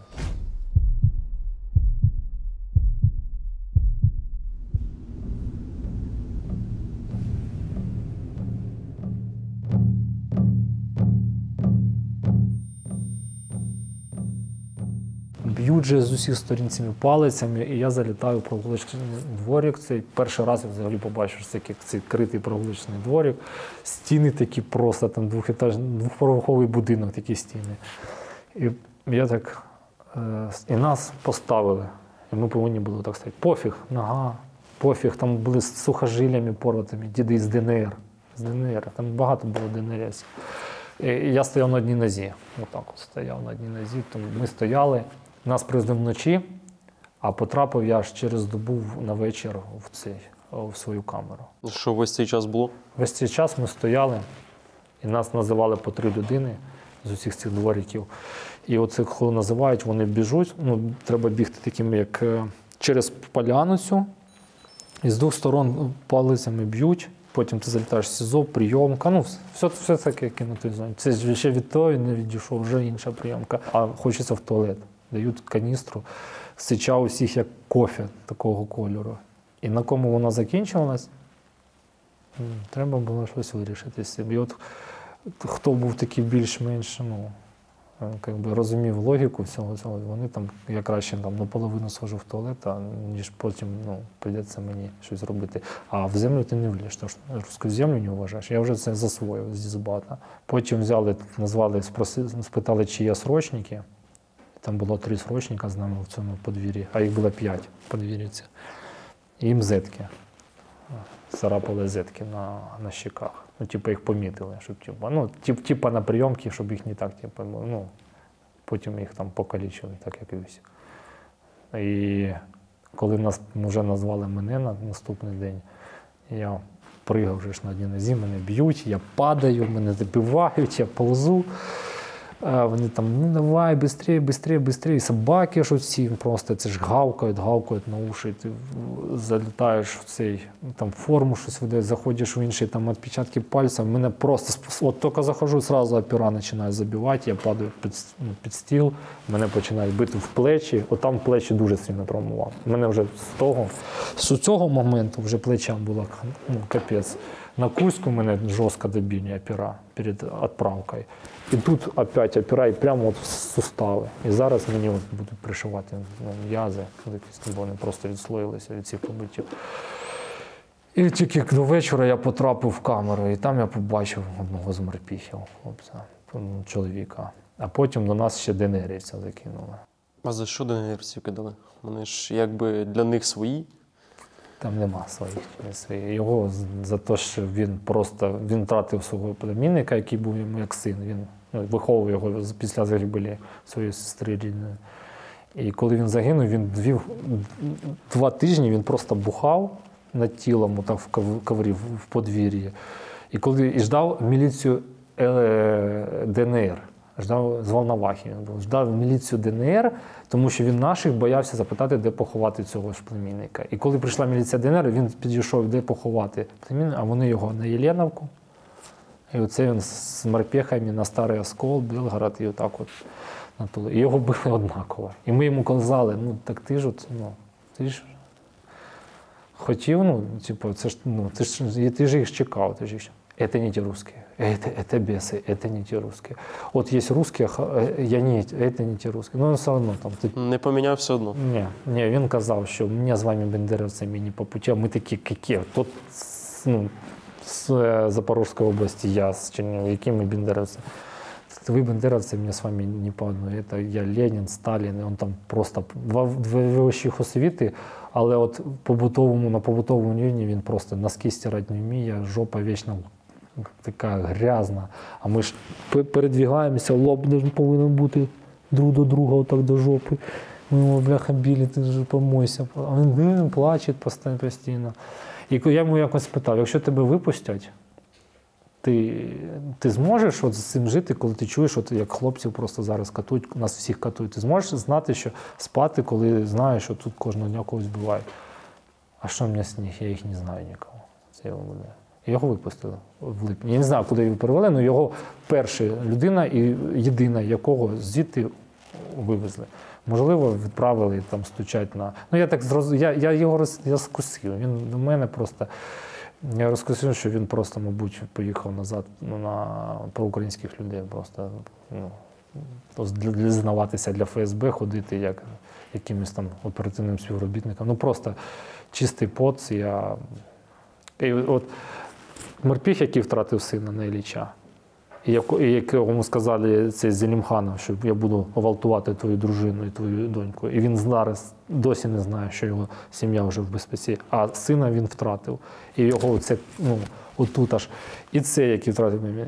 Два однакове ім'я, однакове все, і одного року, і вони отак от друг друга. І я розумію, що я б його також би придушив, але треба цю клімат, такий мікроклімат психологічний в камері, його треба якось дотримати, тому що цей вдарить цього. Ну, так і вийшло, що цього потім кинули в карцер. Билися? Билися, я їх розтягував, я намагався якось його. Ну, цей холерик, а цей не знаю хто, він просто плакса по життю, такий плакса, такий розхлюпаний, такий весь півной, весь, ну такий.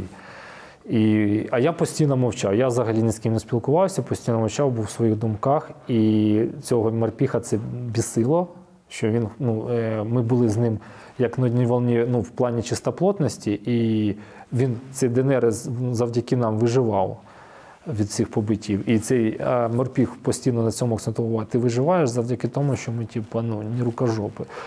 Ну, я не хотів ніяких там схем розвивати, я просто був в своєму. Я згадував всякі свої походи, згадував дітей, будівництво, всі різноманітні наші поїздки, там, подорожі наші з дружиною, і якось намагався абстрагуватися. Тула – найгірше місце, де ви були, в принципі. Да. Там ви розповідали про те, що час від часу були наглядачі з колонії «Чорний дельфін», найбільша колонія в Росії для пожиттєво засуджених. Мені там запам'яталась така деталь, яку ви не обговорювали більше, що вони згадували Тараса Шевченка. Шевченко, який там був репресований, пробував кілька днів. Вони досі такі речі пам'ятають і гордяться цим? Вони гордяться, і коридор Шевченка саме від них я почув. А що це значить? Це коли з обох боків стоять з палицями, і ти повинен просто бігти. Ми так вибігали на прогулянку і поверталися з прогулянки по коридору Шевченка. Нас били з усіх сторін цими палицями, пластиковими і ПР-ками. І я знаю, що вони прилітали на 2 місяці звідти. Це саме з їхньої ротації вже почалося відрядження на 2 місяці. І вони ж це сказали за Шевченка, і вони ще так кажуть, спочатку, що ми стоїмо, вони бачили режим, а потім, таким ще можна їжу не давати, таких можна ще вночі підіймати, так а нахрена їх взагалі кормити, от вони нашим яйця режуть і п'яну жопу. Просто отак вони як Отче наш це, яйця режуть і п'яну жопу.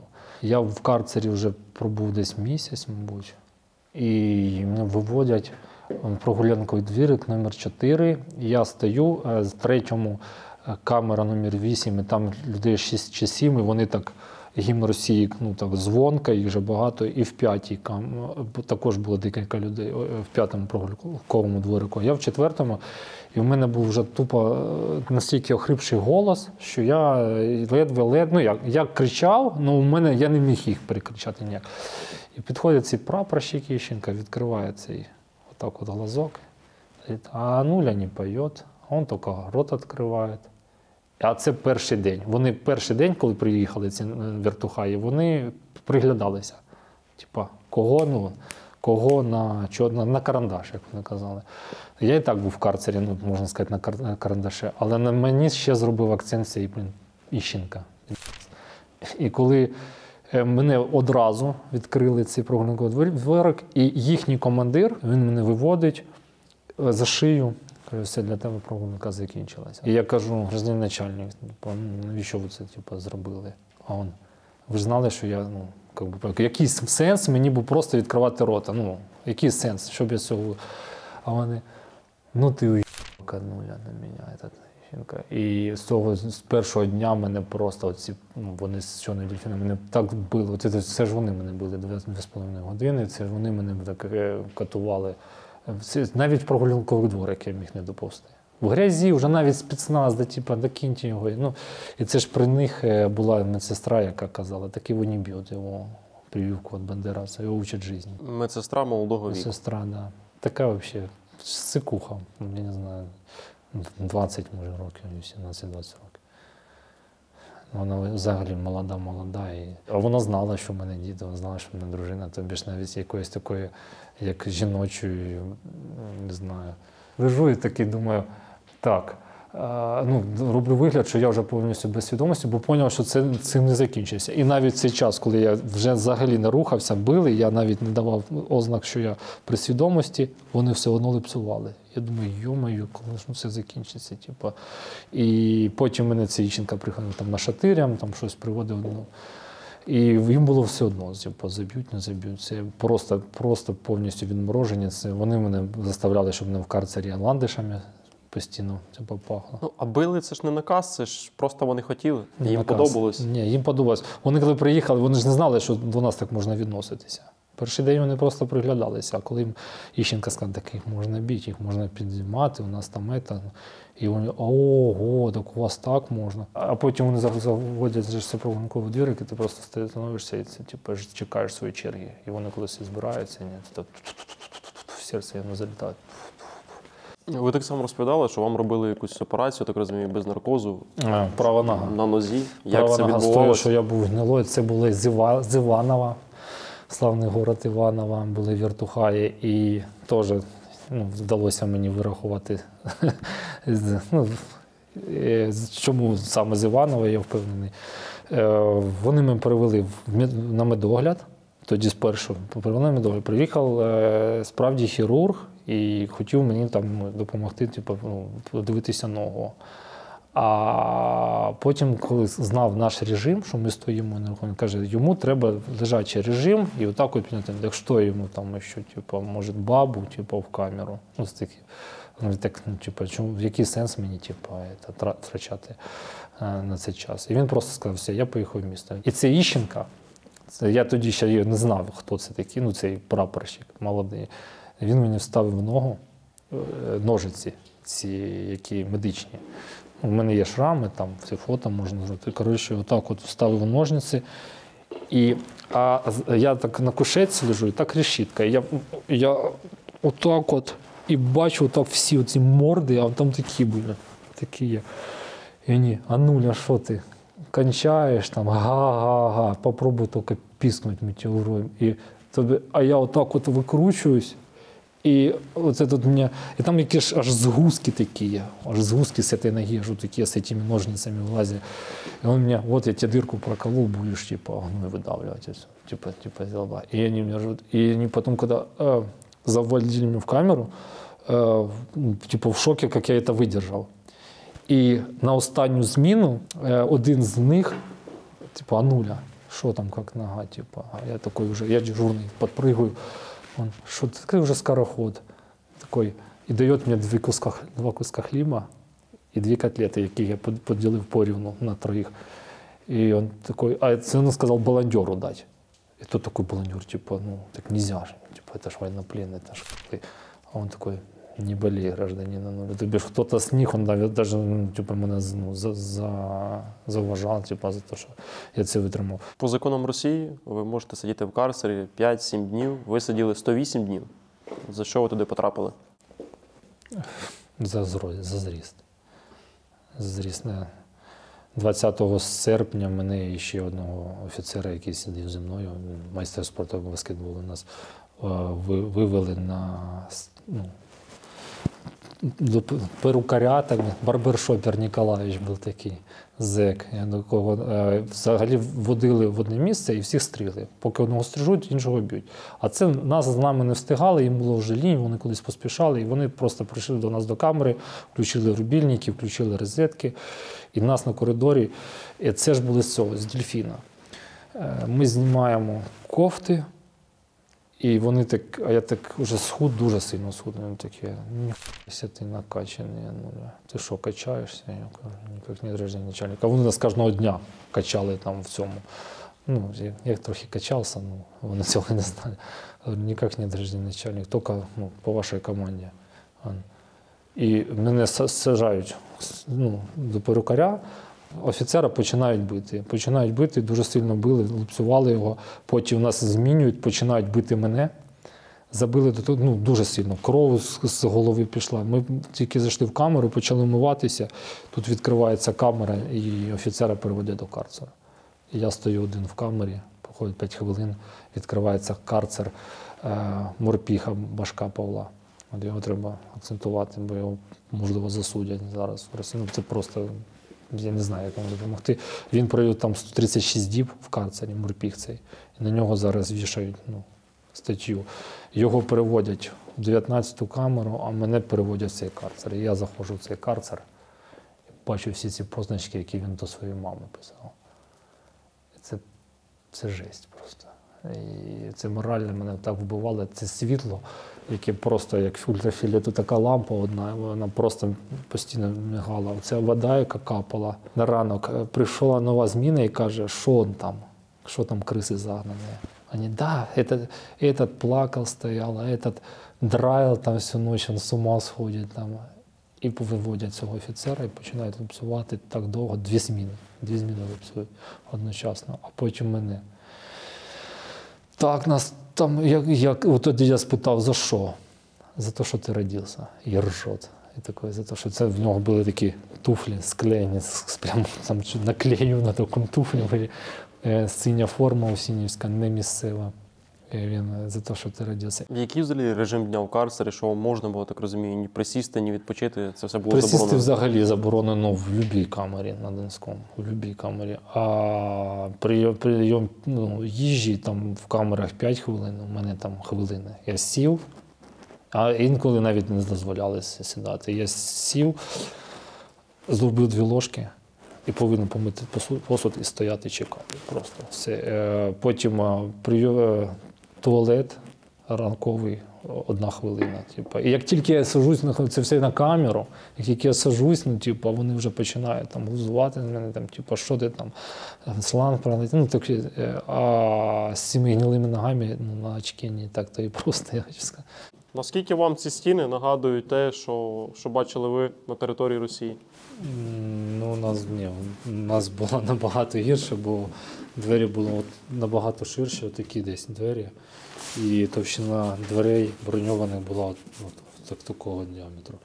І потім ще йшли решітки, і коридори були набагато ширші, і там всі були в крові, в соплях, в слюнях у всіх. У нас були карцер. Тут карцер більш довгий, ніж той, що був у мене, але в мене був він десь ще половину ширший. При вході одразу в цьому місці було це качко. Тут на цепях висіло там 3 чи 4 доски, це були нари такі підвішені. Тут був умивальник, мусорка, і тут був столик і табурет, стілець. І така камера десь довжина була. І дуже високі, стеля була дуже висока. І все це надишати і обігріти за рахунок дихання, це було неможливо просто. Просто неможливо. Ти дуже швидко і так стоїш, оце постійно, і отак от постійно, а тут так от фекалії ці плавають. А місця рухатися було менше, ніж тут. Просто от такий квадратик. І тут я повинен був присідати, тут я повинен був вночі ловити цих бабочок, і не тільки вночі, по команді. І тут мені і це весь час, а потім вони ще мені ввели таку фішку, я постійно повинен був так робити. Отак, щоб в мене гной постійно з ног виходив. Я постійно, і от цілий день отак от не їсти, і так треба було отак. Тоді пальці якось працювали і напрягалися ікроножні мишці, і отак гною випискували. Ви написали вірш, який ви хотіли озвучити, для вас важливий. Про кого він і що це за вірш? Били одного з морпіхів в карцері, після якого я потрапив в полон. І дуже сильно били, і ми просто всі молилися, щоб це просто вже завершилося.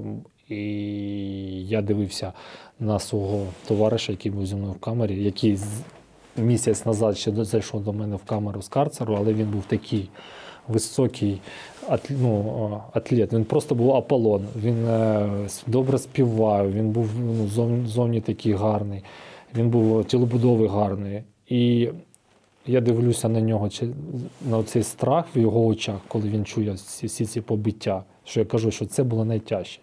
Слухати, як когось б'ють, і ми розуміли, що наступна черга – це наша камера. І я дивлюся на свого товариша і бачу просто в нього старий дід. От тут в обличчі старий дід. І ми так стали з ним молитися, і говорю: Господи, ти ж чуєш, ти слышиш, як плачуть мужчини? Сделай, що там, плачуть мужчини, і неужели ты не в нашей стороне сейчас, в данном моменте? Это ж черти. И если это ад, я не хочу тут умирать в этой тюрьме, если это ад. И у меня такой стих образовался, на русском языке, потому что это было в России, и также формировались мои мысли. Господь, ты же слышишь, как плачут мужчины. На то, как известно, всегда есть причины. Мешки под глазами, на лицах морщины. Творец, спаси нас из смертельной рутины. Как можно так жить? Себе ли мне лгать, что Богом дано лишь существовать? Мечтал умереть, не стану скрывать. Хотел увидать посидевшую мать. Война нас задела, мы стали у дела. За семьи свои подставили тело. Соседи желали для нас перемен и дали нам выбор: груз 200 или плен. А выбор за нас решила судьба, а может, у Бога наша мольба. Соседям война всего лишь игра, и вот мы в плену кричим России ура. А тем, кто сражался, в полях окопался, врагу оккупанту в руки не сдался, тем честь, хвала и великая слава. Про них снимут фильмы, напишут муралы. Это было написано в начале августа, посвящено моим друзьям, офицеру этому и морпеху, за которого я очень переживаю. И это действительно герои, которых надо вытягивать с плена. Я делал на них акцент, но их не отдают на обмен. Это действительно герои, это люди, которые не сломались, которые на фоне голода, холода, избиений не стали какими-то крысами, доносчиками и тому подобное. Это всегда люди, которые сохраняли вот эту человечность. И это важно помнить, сохранить человека. Потому что я вышел, и мне не стыдно поставить тем ребятам в глаза. А есть ребята, которые не смогут вернуться. А есть те, которые могут выйти, и им лучше быть там, чем здесь. И это тоже надо помнить. Не все там тоже такие святые. К военным вопросам нет, гражданским есть вопросы некоторым. Знаєш, кольори стіни у мене були такого десь кольору, просто там майже 100%, там 90% точно. Все було в плісняві. І я собі, з цієї сторони був умивальник, я собі тут вів календар, дуже тоненьку рисочку робив. Так. Коли їх вже було там більш 50 штук, на одному із шмонів з чорного дельфіна мені все це зачеркнули. А усюди у мене були хрести, похоронні хрести, якісь там написи авторитетів, там Салман був такий авторитет, який там казав, що я вже там 5-ту добу і, простите мене, пацани, що я, не виїжджу. Потім напис 2021-2022 рік, тут був біля решітки Новий рік хтось зустрічав в карцері. І коли я тут під нарами мив пол, і дуже сильно, я вже просто так вмирав від голоду, я з мамою, я розмовляв так, по думках з мамою, я побачив на нарах, на стінах була написи Морпіха, який передавав своїй матері, що він вже не може це витримувати, і що мамочка, мене забере Бог, або я просто умру, мне не выдержу сердце. Это были надписи, и больно было на это смотреть. Но ці написи їх ніхто не затер. А потім, коли мене затерли тут календар, я ввів тут календар з цієї боку, з цієї сторони. Розрахунок був на те, щоб я розумів, в яких датах я знаходжусь, але при вході в камеру вертухаї за рахунок перелому світла вони не бачили цей календар, а з цієї сторони я бачив під особливим кутом. Я іноді сам його не завжди знаходив. І я вів цей календар. Потім в мене були усюди мітки, які я залишав, можливо, коли ще буде якесь розслідування, і це, щоб це був доказ, що я тут був. Я ставив мітки КТМ. К маленьке, Т велике і М маленьке. Це означало Костолом. Це псевдонім, який мені дали ще на Курську. Отак от я стояв, отут були усюди фекалії. Як тільки хтось проходив, чи я вибігав прямо, і чи хтось ходив в туалет, просто ці фекалії отак спливали. Бо яма була вигідна за мною. І між цією стіною і забором був тир, де постійно стріляли ці охорона. І ти постійно чув ці постріли, тобто вони тільки й чекали, що хтось там наважиться на втечу. Були такі люди, які намагалися реально спробувати втекти? Я знаю, що була якась стрільба, не знаю, але це було з колонії. Там були якісь кар'єри, і це було з колонії. З нашої сторони ні. Я планував побіг, втечу 2 місяці. Я стояв отак і планував отак. Мені треба було 2 місяці я вбив на це. І коли я зрозумів, що це неможливо, я зайшов в карцер, просто думаю, все, смисл життя просто втрачений. Тобто я хоча б знав, чи вбити хоча б ці години. І в мене було все розплановано. Навіть які б заложників я брав, якщо б я всю цю тюрму. Я розумів, що не всі доїдуть. І я розумів, як робиться антитерористичні дії по відношенню до цих заложників. Да? Я розумів, якщо ми візьмемо потяг і візьмемо декілька вагонів, то один вагон можна штурманути, а декілька вагонів одночасно ні. Плюс у потяга була ЖД сполучення з Україною, і я розумів, що якщо робити все правильно, то є змога, не виходячи з потяга, доїхати до України. Якщо ми візьмемо весь потяг, тим паче, що з нами були люди, які вміли тримати зброю в руках. Все продумав, не продумав, як пристрибнути забор. Коли я в карцері, я розумів, як я буду кого там вирубати, які камери в першу чергу знімати. Там на другому, дивіться, тюрма була построєна так, що на першому поверсі я був перший карцер, другий, третій, і за ним була дежурка, і на другому поверсі. Тобто, якщо ти вирубаєш на першому поверсі цих дежурних, вони ще на другому поверсі. Якщо виходять з першого, то за тобою наблюдають на другому. Тобто йде постійний контроль онлайн, там 24/7. Спостереження за тобою. Ваша цитата. О 8 ранку нова зміна, в 7:30 тебе переставали бити, відкривається глазок, а там голос маніяка. Да, це прапорщик Тищенка. Там прапорщик і його ті прихвостні. Молодняк. Ранок починався з того, що так відкривається глазок, приходить зміна місцевих. А місцева зміна, вона задає темп. Тобто всі приїжджі, вони дивляться, наскільки місцеві до нас відносяться. І вони перед новенькими постійно хотіли показати. Ці приїжджають там строгого режиму, ці хочуть показати, що ми ж тут теж. І вони там відкриваються глазок і «Привіт, Ануля. Піздать я сьогодні. Готовся». Як жили зеки і як жили ви, полонені? Наскільки була велика різниця? Зеки, якщо порівняти на Курську вони жили над нами, і в них був телефон через гофр. Це умивальники, під умивальниками гофра стоки, вони розмовляли. В них була плазма, централ держав таких поганяли чорний, вертухаї робили все, що він хотів, і навіть за його потреби, кого треба, приводили до камери і відводили, переселяли. В них була плазма, це що ми розуміли. В них були чорний двіж, це наркотики, по їх потребі. В них були коні. Це вночі починали за решітками, на вірьовках, на мотузках передавати передачки один іншому. Нас вони зневажали. Тобто, цієї всієї блатної вони не притримуються. На Донському, баландьори всі ж були зеки, там колонія була красна. А в цьому колонії, я не знаю, яка була на Донському, але баландьори вели себе дуже так легко, з вертухаями, дружелюбно, могли їх там постригти, з ними дивилися фільми, вони проживали. Тільки 2 баландьора з нами в цьому ж приміщенні, а все це було засекречено, і навіть на зоні ніхто не знав за нас. І вони, як друзі спілкувалися, зовсім без наручників, отак Курськ порівнюємо, ми стоїмо, нас б'ють, біжуть зеки, просто біжуть з прогулянкового дворику навіть без охорони.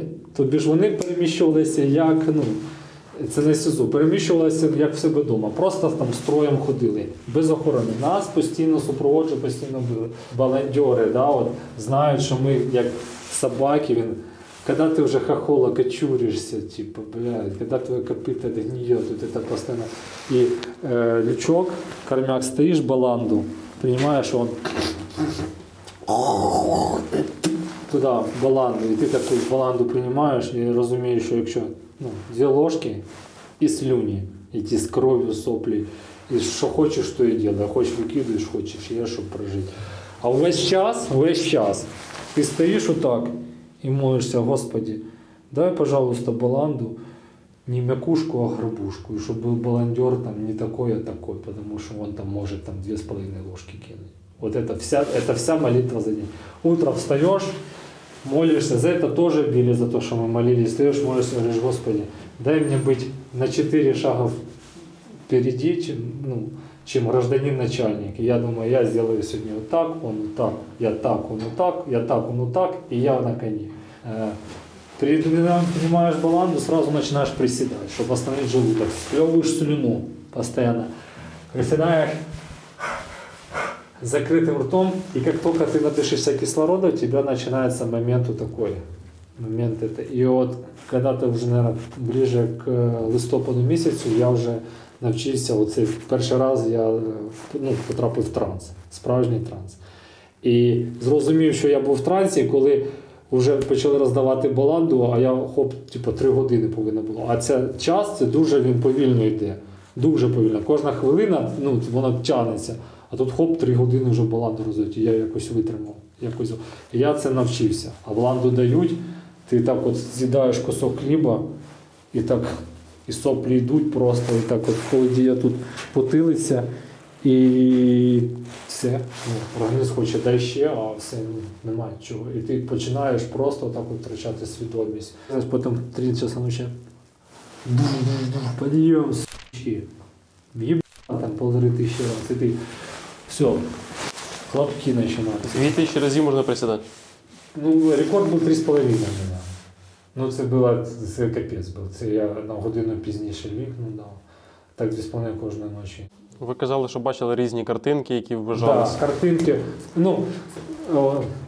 Стіни були жовтенького кольору, навіть темнішого. І якщо дивитися часами в одну точку, починаєш там бачити то якісь там морди собак, то якісь там будинки, то якісь квітки починають. Якщо ти дивишся весь час в одну точку. Починав якось собі фантазувати на рахунок, як ти проведеш час, якби ти вийшов, як би ти обладнав будинок. Я вже там повністю перестроїв на оці картини. А я навіть карцер.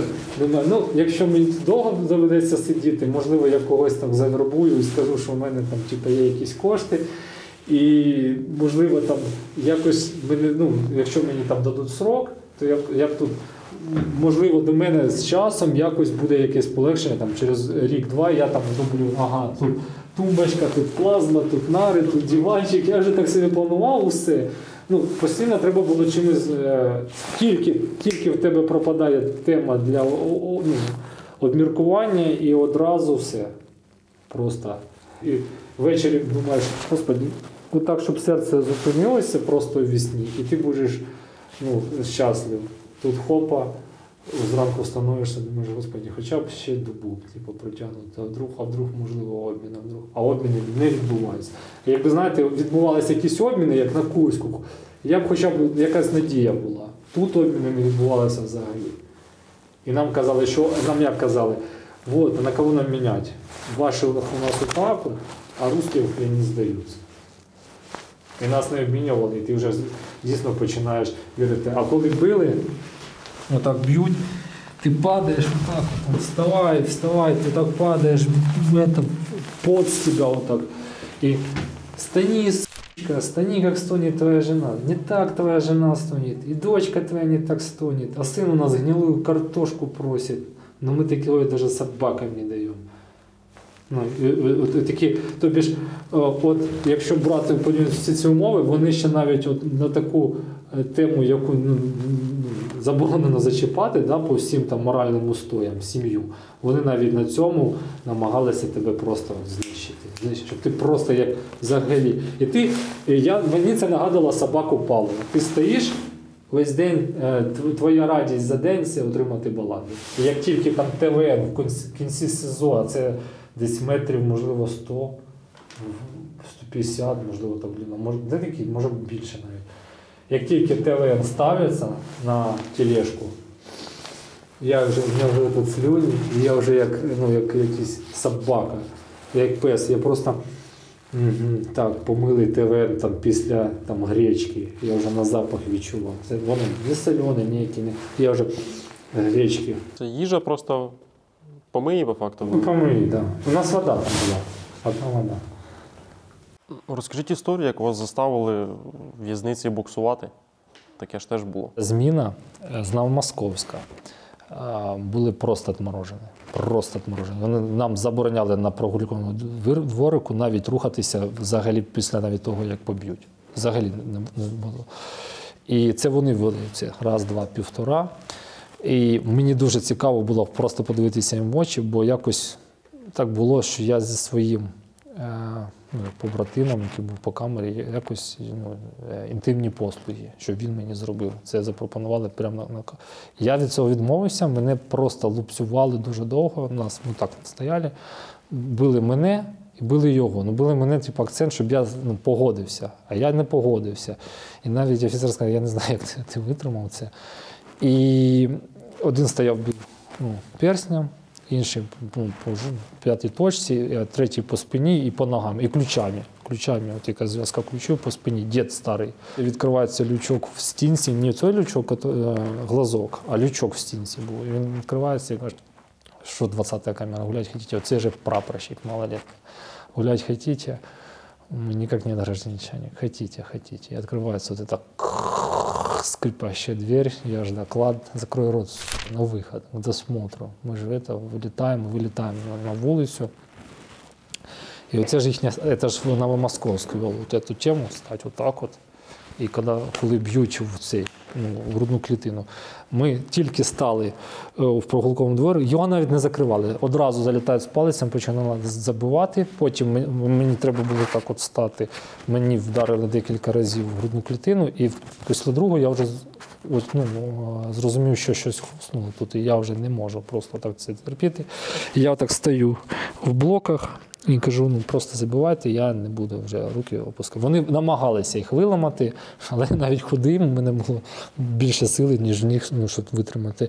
І один з них, Віртухай, каже, відкриваю очі, відкриваю, а я так один око відкриваю, знаю, що не можна дивитися, а вони, будеш боксувати. І показують мені цього маніяка, який нас оце просто забивав палицем, я бачу його, такий, теж кавказької зовнішності. Він стоїть з двома палицями і такий рот, а в іншому, отак, прогулковий дворик, я в цьому вуглі, а в цьому вуглу цей офіцер, і на ньому пригає цей прапорщик. Отак тримається за решітку і просто пригає на ньому. Я думаю, Борька, ти б знав, хто на тобі зараз пригає просто. І яке це приниження. І вони кажуть, будеш... І одразу, я тільки на це подивився, одразу це починає бити мене палицями. І два таких здорових таких мужика. І вони починають мене бити одразу палками, цими трубки, які пластикові. І я аж, що робити? Шаг назад раз, шаг назад два, і плечо. І починаю в тапочках з такими ногами, вже ноги вже були тоді. Такі. І я починаю якось раз. І він не може знайти дистанцію, щоб мене нормально вдарити. І я роблю так, що вони один іншому починають заважати. Хоча вони мені там підножки ставили ззаді. І якось автоматично я повертаюсь в лівосторонню стойку, право спереді, і лівий такий хлопок по печінці цьому кавказцю молодому. Я йому по печінці раз. І він падає в лівий дальній вугол, і отак от палицями, а я ж на нього, в адреналіні, я ще на нього. І от тоді я думаю, що я наробив? Нам зараз хана, просто нам хана. І я на цих двох і вони шаг назад. Була в дворик, двері була відкрита. Спецназ з собаками все це дивився. Тобі ж завжди закривається дворик, щоб і в мене ця думка була, типу, треба бігти. Ну, ти розумієш, там не добіжали нікуди. І я давай, як мужик, типу, чоловік з чоловіком, просто вияснимо, типу, чия техніка краща. Так от дай мені хоча б можливість в п'ятнашки по корпусу працювати. І я його брав на таке слабо, що я розумів, що він же ж потім прийде в дежурку, як він буде виправдовуватися перед цими вертухаями іншими, чому він такий супермастер з мною, з Калікою, просто забоявся спарингуватися. І ми почали з ним спарингуватися. Було 10 раундів, без часу. От як тільки він вже виснажувався, все, ми з цього часу, передишка. А ці ми не просто стояли так, палкою там не сильно. І це ж він мені розбив ці сустави повністю, що я зараз обручку навіть не вдіваю, бо вони просто тут такі, як повністю розбиті пальці. Це ж його заслуга цього вертухая. І ми працювали так 10 раундів, в 10-му, і я знову дав йому лівою рукою по печінці, він впав і сказав, все. Мене не було, мене не чіпало. Це як морозок. Він встає і нас заставляє за 2 цигарки, вони ставлять 2 цигарки на мене і на офіцера. І той прапорщик спригує з офіцера, і нас заставляють боксувати один проти одного. Не офіцер, то там просто баскетболіст отакий. І там просто Халк. І от як тільки нас поставили один проти одного, в мене от тоді я вже виснаження з'явилося. До цього був адреналін, я просто навіть не відчував цього, втому якоїсь. І я отак став і кажу Борьки, офіцеру, бій. Тебе били, а я стояв. Тебе били, а я просто стояв, просто від мене ноги витирали. І ми не могли сперечатися, а этот мені боксер, не розчаровуй мене, давай. Хтось когось до першого нокауту. І ми повинні 2 цигарки на нас видали. Це таке приниження було. І ми 3 раунди відпрацювали, і вони все екшена якогось хотіли. Я постійно зміщувався, а він мене не хотів бити, просто руками махав. В ітогі так зіграли, що я вдав десь теж в ребра, чи нокдаун. І він падає, і одразу цей прапорщик, який поставив на нього 2 цигарки, він спригує і починає його бити ногами. Одразу. Що я проіграв за ці 2 сигарети. Я на нього отак упав, почав захищати, і цей боксер з Новомосковська сказав, боксера не трогать, він нормальний. І нас перестали трогати. Чи є в росіян щось хоча б святе? Ви ж там святкували і Пасху, про яку ви згадували. Це взагалі окрема історія, якщо можете нагадайте, тому що нормальні люди так точно б не робили. Ранок почався спочатку самого, нам дали просто воду з хлібом. А ми дуже чекали обіду, щоб хоч якось це компенсувати такий ранішній завтрак. І нам дали листок капусти і просто залити кипятком. От мені особисто такий листок капусти залити кипятком. Він навіть не доварений був цей листок. І мені задав питання дежурний по коридору, ви там всі православні? Я кажу, так точно, начальник. По яйцу хотите? Я дуже були вдячні, начальник, якщо б було так, дуже були вдячні за це. Все буде.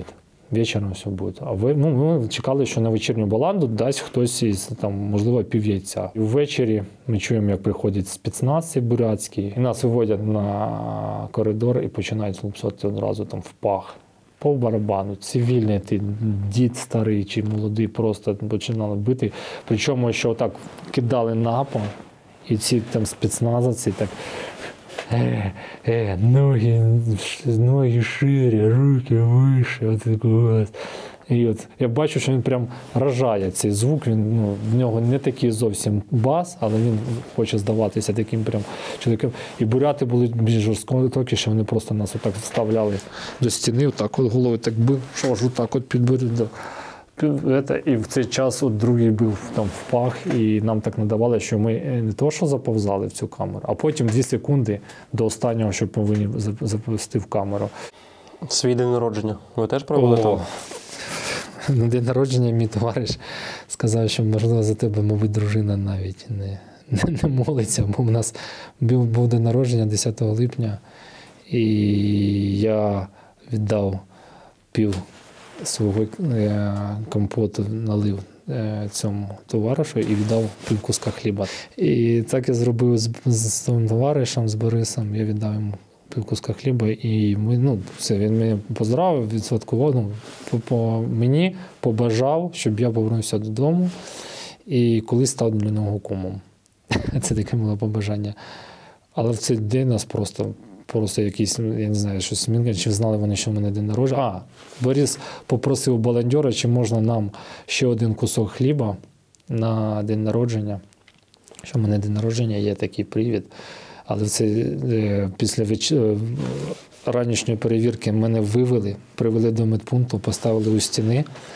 І п'яні вертухай з іншим почали мені виламувати руки. Це ти, типа, хліб просив. А я не просив хліба, це був мій товариш, але я не хотів його видавати, бо він все робив для мене. І вони мені виламували ключиці, в них нічого не вийшло, мене не завели в медпункт, ведуть назад. І цей молодий мене ставить отак, каже, піднімаю голову, я так повинен був закрити очі, так поставити руки. І він починав мені в челюсть бити. Починав в челюсть. Це ти хліб просив, ти хліб. Я таким, як ти, в Сирии скальп снимал. Ты попадешь ко мне на особый режим, и ты там не проживешь и 10 дней. Я знаю, о чем я говорю, я там работаю. І мене привели побитого вже в тюрму, і цілий день нас катували. Вас всі намагалися зламати. Були якісь люди, які там прониклися вами, вашою історією, і реально хотіли, щоб ви не зламалися, щоб ви дотерпіли до кінця? Якісь ви такі знаки помічали? Коли я вийшов з карцеру, були такі сніга, що просто там, я не знаю скільки метрів, 3 метри, можливо, сніга такі були. Нас заводять в прогулковий дворик, все в льду, в снігах таких. І в мене вже були від холоду, просто так руки капали. Вони кожну ніч капала кров. Я не знаю, саме вночі починали просто пекти руки і розслоюватися ноги. І так п'ятка з мене, п'ятки відслоювалися від кості, вони звисали. Це було все в крові. Я коли йшов на прогулку, просто кров з ботинок аж хлістала. І я хожу по снігу, і ця кров так от капає. А воротник отак заломлений, шапка-ушанка, і отак от шия вся відкрита. Холод, я не знаю, там, можливо, вже мінус 20 було на той час, можливо, навіть більше. Просто мороз такий. І ходиш, і руки ж за спиною так тримаєш.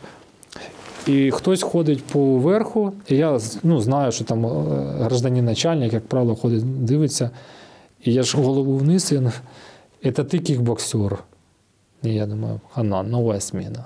Нова зміна, все заново. От тоді я хотів сказати на цей раз, що ні, не я. А думаю, зараз дежурки ж скажуть, що це я. Я так точно гражданин начальник. Это было давно, типа, и я уже калека. А он, прячь руки, ты что, не видишь, что у тебя руки гнилые? И я такой, типа, так нельзя же, прячь, я никому не скажу. Я прячу руки. Первый раз за столько в камере, сколько я сижу, я смог спрятать руки и погреть. Это первое тепло было для моих рук. И я так одеваю, оно все липкое, кровь же шлипнет. И он, мне тебя так жалко, но я тебе ничем не могу помочь. Я говорю, так а что меня жалеть, я же бандеровец. И он сказал, он вот так оперся на перила, говорит, подними голову. Я поднимаю, он в маске. Я увидел, что это спецназовец. И он, я умею отличать людей от политики. И ушел. Я захожу в карцер, меня там вертухаев ебут 1000 раз, это постоянно круговорот вот этих приседаний у меня был, я не стоял просто так.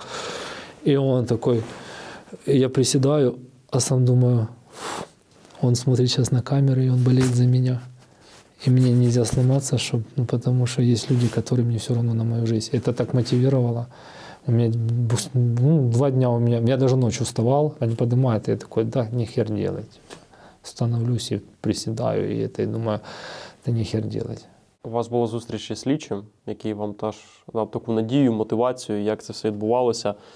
У вас там був і невеличкий такий перекус, теж дуже специфічний, але який вам трошки допоміг. Спортивний. Да, коротше, в карцер, я вже провів в карцері 1,5 місяці. І молитва тоже. Я молился, Господи, думаю, дай, пожалуйста, вот просто, чтобы кто-то меня просто вызвал, просто поговорить, просто попробовать хоть через кого-то. Как это всьому прийшло? Я просто понял, що якщо я зараз щось не вигадаю, я просто не виживу. Треба щось змінювати. Я починав шукати лазейки, контакта. І це я стучусь і кажу, мені начальник, мені треба щось, мені треба, є вже про що сказати, там 5-10. Я вызовут. А я слышу, что всех вызывают, а меня уже месяцев 6-7 вообще никто никакие допросы не выкликает. И тут хоп, он приходит, ты как угадал, говорит, тебя вызывают. И я прихожу, сажусь, следователь такой, не буду говорить, кто он по званию, и он стоит и что-то ксерит там в кабинете. И я говорю, гражданин начальник, можно обратиться? Он обращаюсь, он даже не смотрит на меня. Я так вижу, не сочтите за наглость, это вы меня вызвали или это, он такой поставил, ты у меня был в списках просто. Просто сказали, что ты хочешь поговорить. И мы начинаем шаблонный допрос, он говорит, я не знаю, зачем мне это сказали, я знаю, что тебя уже этого допрашивали, но шаблонный допрос, расскажи там то, как попал, я видел, вопросы все одинаковые, отношение к церкви, отношение к Крыму российский, ДНРовцам, ЛНРовцам, знаю ли кого-то с террористических батальонов, есть ли родственники в структурах, там срочная служба, там что-то такое, родичи в России, и такое, все шаблонно. А я сижу, такой, и он так смотрит, по моему допросу и говорит, а что ты тут делаешь вообще? А я говорю, не знаю. А что ты в карцере сижу? Я же говорю, за рост посадили. И он вот так ест банан. Банан гнилой, реально гнилой банан, уже такой подношенный. Я так бросаю всю шкирку всю в смітник. И я говорю, гражданин начальник, не сочтите за наглость, можно я доем? И он, в смысле? Я говорю, можно я доем? Он, вас что, тут не кормят? Я говорю, нет. А я глухой сижу, говорю, нет. Значит, если вы мне не дадите, я до утра не доживу. И он по телефону вызывает надзирателей, меня ставят к стене к досмотру, а сам уходит. В цей час роздавали якраз баланду. Він просто подивився просто цю воду, а нам якраз зменшили норму ще на 1 ТВН. На 2 поверхи ще на 1 ТВН менше. Тобто це ще на декілька, на півложки кожному менше. Це просто жесть була. І я так, він приходить, йому каже, так, виходь, мені треба його ще допитувати. І він достає цю шкурку і дає мені. Я її з'їдаю. І я кажу, якщо ви завтра мене будете, він так, завтра ти там повинен підписати ці документи, там ще продовжуємо доповідь, я кажу, можете мені принести кусок хліба? Як це? М'ясо, я говорю, ви ж для себе можете принести? Я подумаю, і передайте, будь ласка, інформацію на таким, моїй дружині. Просто, що я живий. Просто, щоб вони знали, де я буду похований. Я не буду гражданский сказать, зачем это мне надо, я начинаю за Россию, скоро будет оккупирован, поедешь в Донецк, строишь и вернешься домой, если доживешь. Він зробив, що він зробив. Але він так наступний день мене визвав, хліба він мені не приніс, а я все чекав, місяць-два. Я чув, що вони приходять, допитують, а мене ніхто не викликав навіть на підпис цих документів, які мене. І потім тільки в грудні місяці мене визвала ФСБ цей день, коли я крису з'їв. І сказала, що звісточка від мене дійшла, але я на обмін. Можливо, з-за того, що вони дізналися, що була така спроба передати інформацію на сайт. Вам показали список, де були всі прізвища, і тільки ваше прізвище було сірим. Да. В чому причина? Чого вас так не любили?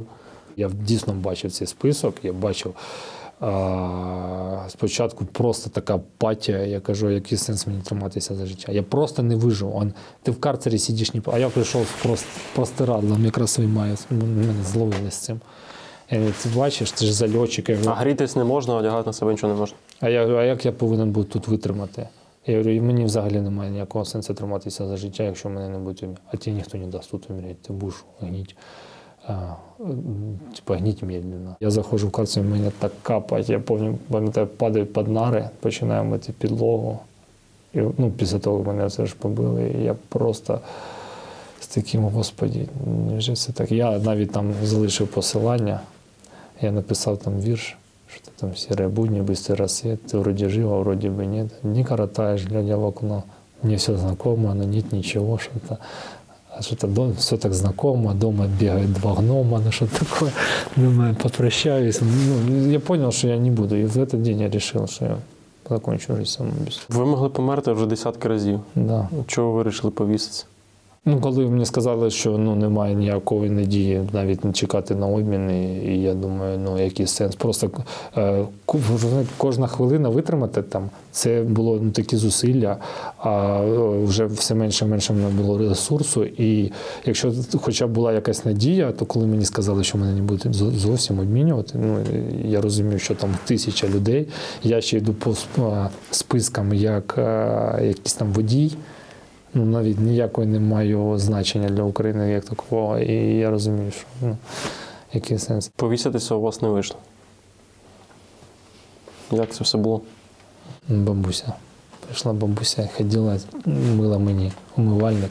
А я ще, якраз мені ж треба було, це так продумав, що треба цю простирадло в 3 рази скласти і швидко впасти на коліна і потім на живіт, тому що просто впасти, зріст мені не дозволяв. Треба це було так зробити різко, швидко. І коли я це накинув, і це ж я свій вірш зачитав, я з матір'ю попрощався. Чому ця доля так нещадна? Та де ж підтримка та моральна? Та що ж такого там в серці заклали, що матері усі страждали? Я хочу просто обійняти, всі ті страждання відігнати і сісти поруч, як раніше, чай пити, сніг дивитись з криші. Бабуся каже, ти куди зібрався? Я так хоп, а вона так умивальник мені. Це ж ще дітям подарунки не вибрав на Новий рік.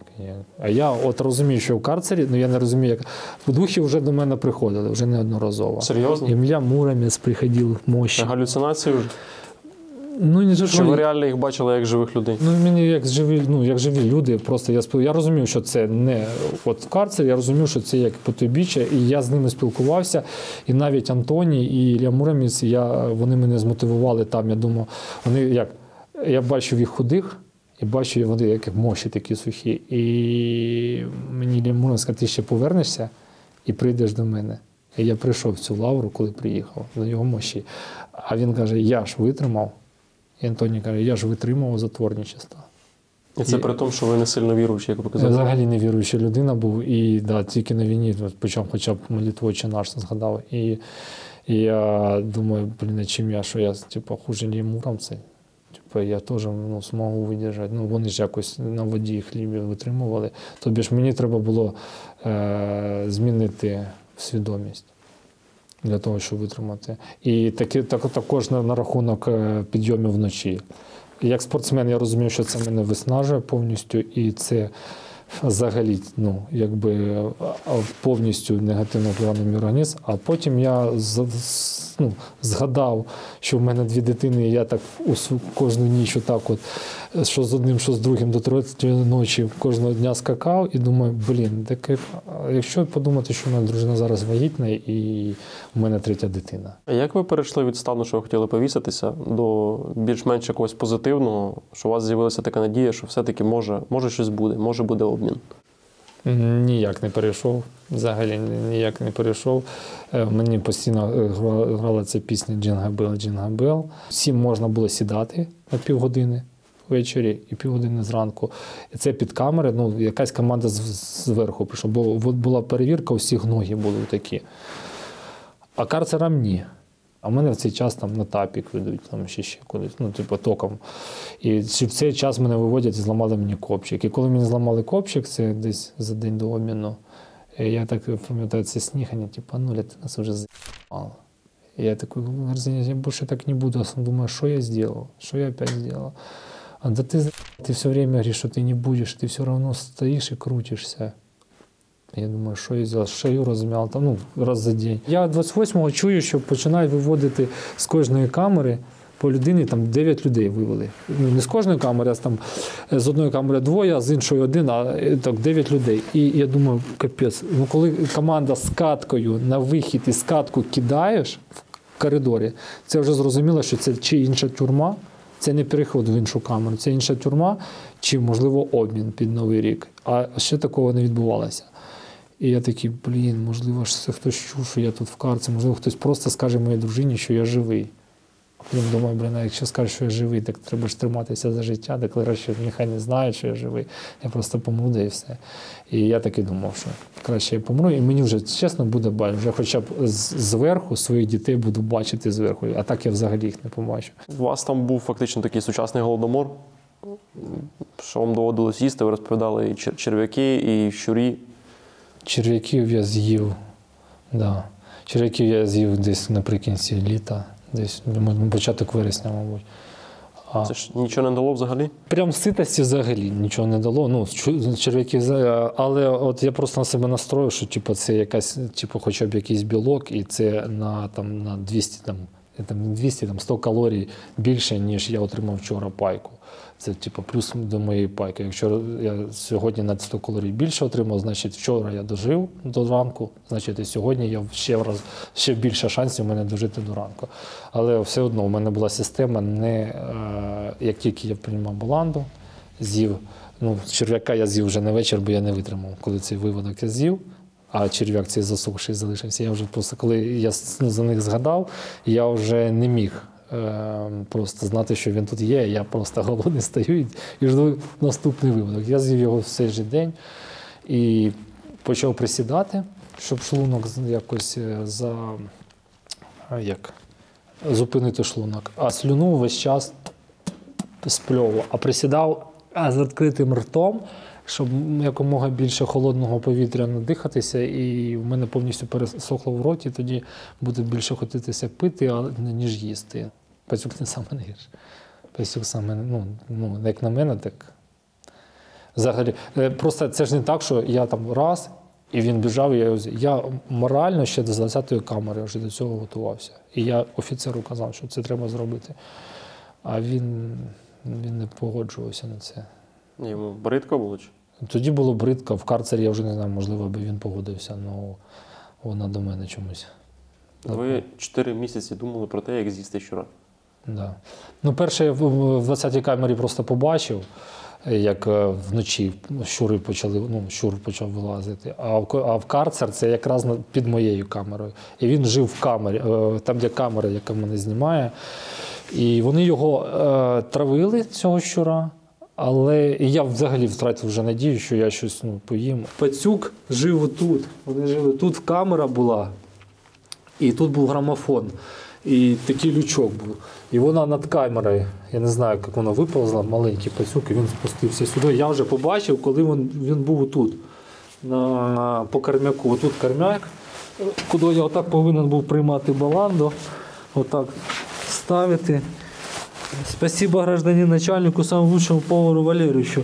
Он, закрой рот, приступить к приему пищи. Я по этому кормяку ліз пацюк. Я стояв отут, як тільки я його побачив, я навіть решетку не коснувся. Я збив, якось чи пальцями до нього дотронувся, не пам'ятаю. Він впав за решітку, але між броньованою двер'ю і решіткою впав сюди і вибіжав сюди. А висота порогу була десь така. І тут отака висота. І я його в цьому вуглі схватив, що за палець він мені лапами впав на коліна. І отут був гвіздок такий, я його намагався вскрити. Але вони одразу побачили, що я пропав з камери.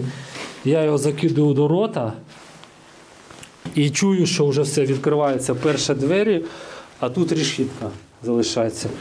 Я в такому положенні роблю доклад. Я гражданин начальник, ти чого травишся? Відкривають решетку, і я одразу вибігаю. Навіть, я завтикав навіть добіжати до кінця карцера, щоб зробити доклад. Я не можу, А вони їх це не влаштовує, що типу, доклад все одно должен зробити. І чітко, і не третя. И я вылетаю, типа, когда смотрю, и тут Ищенко, он уже такой прям, он поднимает мне белуху, форму, белуху, и прям такой начинает меня по правой почке. А правая почка была вся фиолетовая, аж до лопаток. И правая лопатка була, зломана. І це все він просто мені так, просто відбивав. А пацюк розідрав просто все. Оцей хвіст, він отак по всьому рту. А ньоб, язик, і отут, де зуби мені повиривали, да, і щелепа була права, він просто починав роздирати лапами чи чим він там роздирав. І кров пішла саме з цієї сторони, вона почала капати. Це такий мрак був в коридорі, і мені ця кров здавалася дуже такою темною, я не знаю насправді, яка вона там. І він такий, отак тобі краще. Типу, він вважав, що почкою вони мені відбили. І після того я заповз в карцер з такими наслідками, а сам став, жую цю крису і думаю, плюс 3 дня я проживу. Було відчуття тяжкості в шлунку, бо я їв прям з усім, з кишками, з усім. Зуби виплюнув. А от хвост жував, десь, не знаю, годину, можливо, жував. Потім я розумів, що це слюну мені випрацьовує слюну, тільки це жування. А я його намагався проковтнути, але він довгий, я все-таки його зробив. Ви тоді мені казали, що там з'їсти щура – це не найстрашніше було. Що для вас в подібних стінах було найстрашніше? Найстрашніше було чути, як просто весь час когось катують на коридорах, і коли плачуть чоловіки, коли вони вже просять про пощаду, просять просто їх не чіпати чи добити, і оце чути, отут бути за двер'ю і чекати, що твоя черга наступна, а ти цьому навіть не можеш нічому зарадити цьому хлопцю. І ти вже готовий, щоб вже твоя черга наступила, тільки там всього відпустили, дали йому якусь передишку. Чую, як вертухай молодий старим каже, а що Нуля, ти смотриш, щоб він не сидів? Всім команда, етаж сидіть. Почали вводити ці команди, це було просто лакшері. А ти смотриш, щоб Нуля не сидів? Да, він стоїть, а я ж стою. Я стою, и он такой, давай на процедуру. И меня выводят на тапік. Тапік, я так розумію, це як був фільм «Зелена миля», там мучили током, це щось плюс-мінус схоже. Я дивився «Зелену милю», да, але... Крісло, то там підключають. Крісло, губка і 2 види току. Там такий ток, який одразу відкидав мене особисто одразу відкидав і одразу приходив в себе. А є такі тапіки, не той тапік, а ток, який він більш мені був болючіший, тому що вони його не відключали. Вони ще могли перекурити і знову. І тобі ж це ще морально, тебе ще більше не гнітали. І це було старе. Це вже було аж ці рукоятки, вони аж засалені потом були вже настільки. І вони в цей раз з мене ще глузували, який від тока я можу обрати. А я думаю, Господи, зроби так, щоб просто серце зараз зупинилось. Оце буде найкраще на Новий рік. І я сиджу, а я вже все, настроєний. Тобі ж, коли ти вже не боїшся помирати, ти настроєний і так сидиш. Який виток? Я говорю, на ваше усмотрение, гражданин начальник. Так мы тебе сейчас такое, я говорю, как посчитаете нужный начальник? Он мне такой хотел включить, я говорю, спасибо, гражданин начальник. Он чувствует мою вот эту уверенность. И потом я сижу, говорю, Господи, пожалуйста, сделай это. И тут хопа, меня даже не включили ток. Выходит, говорит, а Нуля на виход. Тут мене заводять в якусь таку кімнату, де мене повністю, я повинен був роздягнутися. Кажуть, там труси вдягаю, я вдягаю в фекаліях засохших таких. Я їх на себе вдягаю штани, це все швидко, цю кофту і бушлат, таку, це ж ті штани, які сухожилля, ригатня, 2 дирки, мазута, і вони такі синтетичні, з якого, і ці такі лампаси міліцейські. Я не знаю, з кого знали ці штани, і я їх вдягнув, і що, поїдеш на розстріл? Я такий, поїду. А в мене був шредер. Я не казав, була кукла Вуду, яку я там буквально за тиждень, можна за 4 дні до обміну зробив з ниток, з бінтів. Я вже зрозумів, що сенсу немає, вже все одно я там згнію. І я отак почав шредера робити за спиною. Зробив куклу Вуду, шредер я його назвав. Я з ним спілкувався, і при одному шмоні я його засунув в ботинок. І мені дають саме ті ботинки 49-го розміру на цю ногу. Я вставляю, щось мішає, я то пальцями шредер. Розстріл для вас був це як позитив.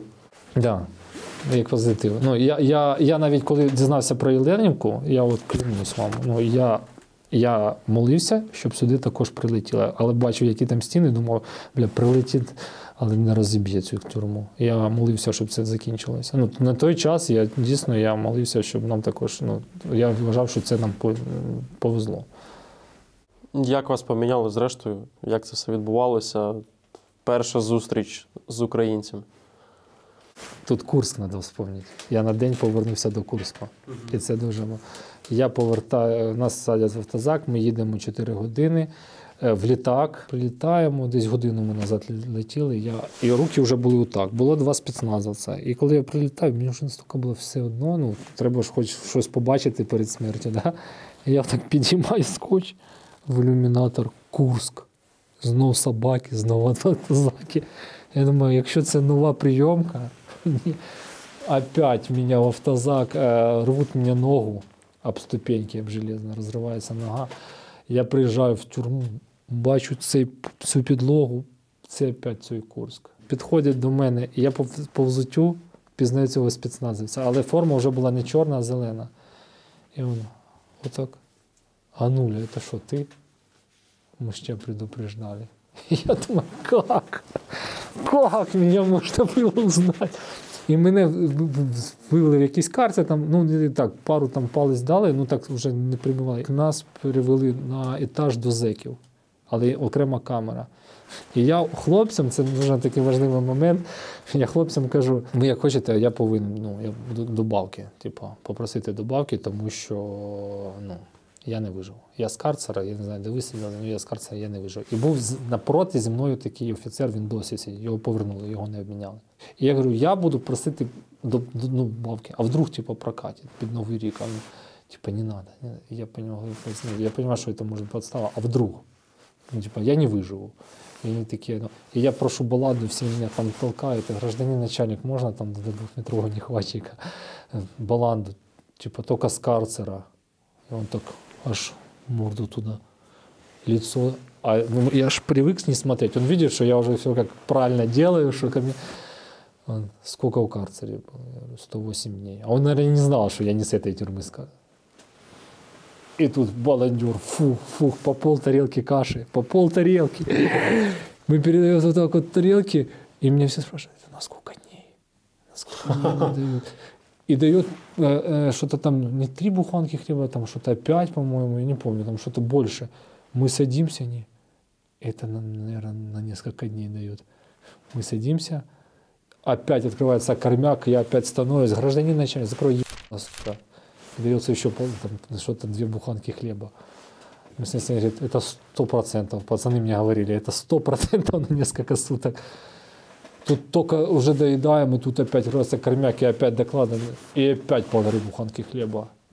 Я такой, ни хрена себе, авторитет возликаться. В обед прокатывает та же схема, а на ужин поменялся дежурный. Не знаю насчет баландера, я только руки видел, он молчал все время. Не настолько был подорванный, как вот там на Донском.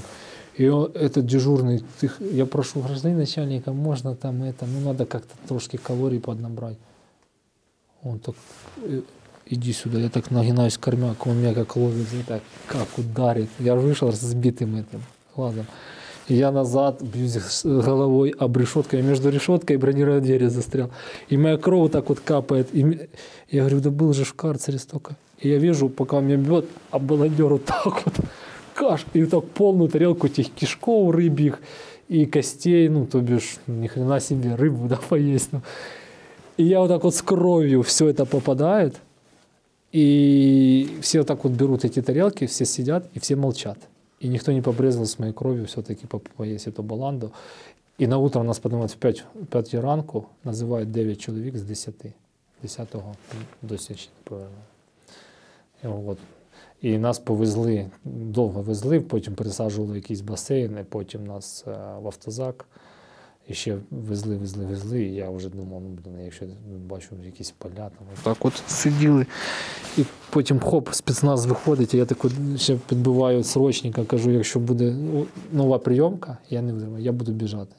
Бігти, буде спроба втечі. А він каже, я також би, в мене ноги не йдуть. Я говорю, в мене також, це краще, ніж нова тюрма. І це почув хтось попереду. І як тільки вибігає спецназовець, відкривається, все, зупиняється автобус, відкриваються двері, спецназовець вибігає, я такий, і просто впадаю на бок. І все, і так от в прольоті я застряг. І тут дув по ступенькам, якісь ботинки, і тут хлопці, хіба повинні так герої сидіти? Типа, що прикол? Підіймає нас так сигарети. Типа наш стоїть спецназовець чорним. Ваша сім'я, коли вас побачила, вони повірили, що вони вам сказали, ви ж сильно таки змінилися. Син не впізнав взагалі, я вже був такий, став такий. Він сказав, що це не наш батько, взагалі не впізнав мене. Донька впізнала, але не розуміла, що зі мною. Син мені казав, що я в плесені. Я не в плену, говорю, папа в плесені. Я дійсно в плесені. А дружина боялася до мене доторкнутися, тому що брат отак дивився ноги. І просто він при мамі нічого не казав, мама просто так от, в неї був шок, вона тихо плакала. А брат потім мені, коли я їх вже проважав, він казав, що з ногами. Я говорю, я не знаю, да все нормально, хожу ж. А я хожу там босиком, мені нормально. Це зима, і мені не холодно. І як тільки я їх провів, повертаюся до своєї камери, як палати, і не дійшовши, хлопці мене вже заносили, мене відмовили ноги. Потім вам могли ці ноги відрізати? Да. Потім могли, я поїхав в шпиталь сказав, таке не лікують, і там уже як підозра на тромбоз, повністю почала атрофація м'язів, і вони там вже врятували. Друга міська лікарня Полтави. Вони повністю були там у гангренах, ці ноги, і в атрофічних виразках. Скільки місяців вже лікуєтесь і скільки грошей на це все пішло? Тому що у вас попереду ще енна кількість операцій. Так. Це вже 12-й виходить місяць. Я був вдома після 10, перший раз був, у відпустці 2 тижні.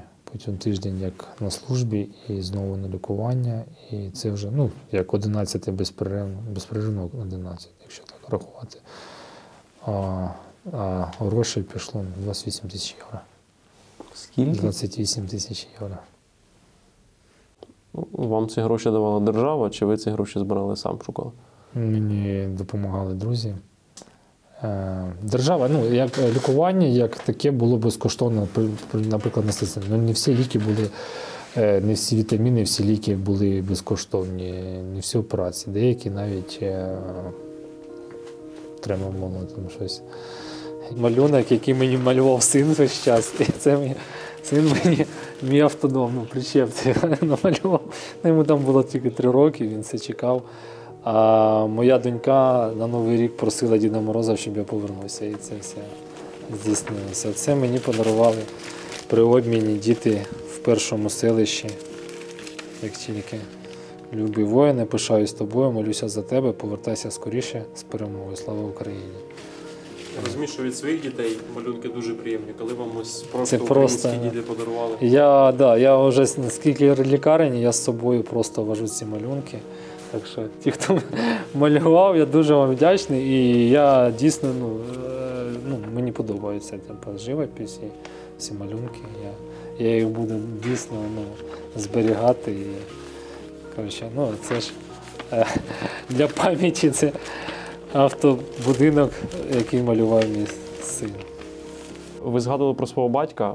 Фактично, він вас багатьом речам дуже навчив, за рахунок яких ви виживали. Батько війну так і не пережив, так розумію? Не прожив, ні. Він багатьом врятував життя на війні. Ну, по розказам хлопців, очевидців, 46 людей він вивів і повернувся за мною. І тому я відчуваю цей тягар, що він все-таки пішов допомагати мені, а сам потрапив в полон. Он вывел 40 человек, это все подтвердят. И вернулся обратно за тобой. Ну, и походу он подорвал вот это, там взрывы такие ночью были, что пиздец. Это походу его работа. Да я более чем... Да, Короче. мне говорил, один в плену был со мной с шестерки. Я уверен, что это Он его сказал, работа. что батя с гранатометом, видели моего батю еще.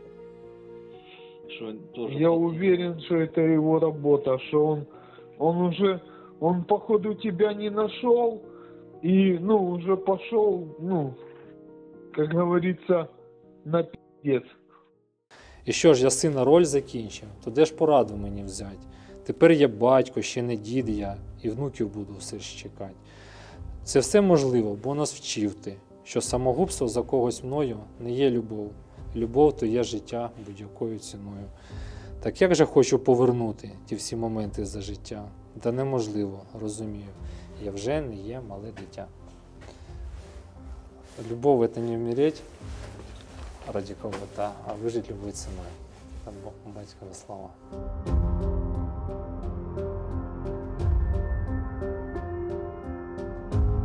Ми зараз знаходимося майже в географічному центрі села Лукашівка, поблизу її такої символа церкви, яка вже зруйнована за рахунок окупантів. І це, по-перше, історична пам'ятка села Лукашівка, по-друге, це місце, де була катівня українських військових і цивільних в тому числі.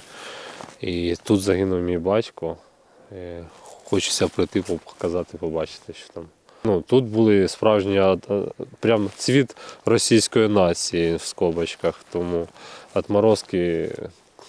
Я чув просто крики людей, які палали там десь в районі ферми, крики, кого доставали, розстрілювали, це було аж до пізнього вечора, тому що я з цього села вийшов тільки в 10-й вечора.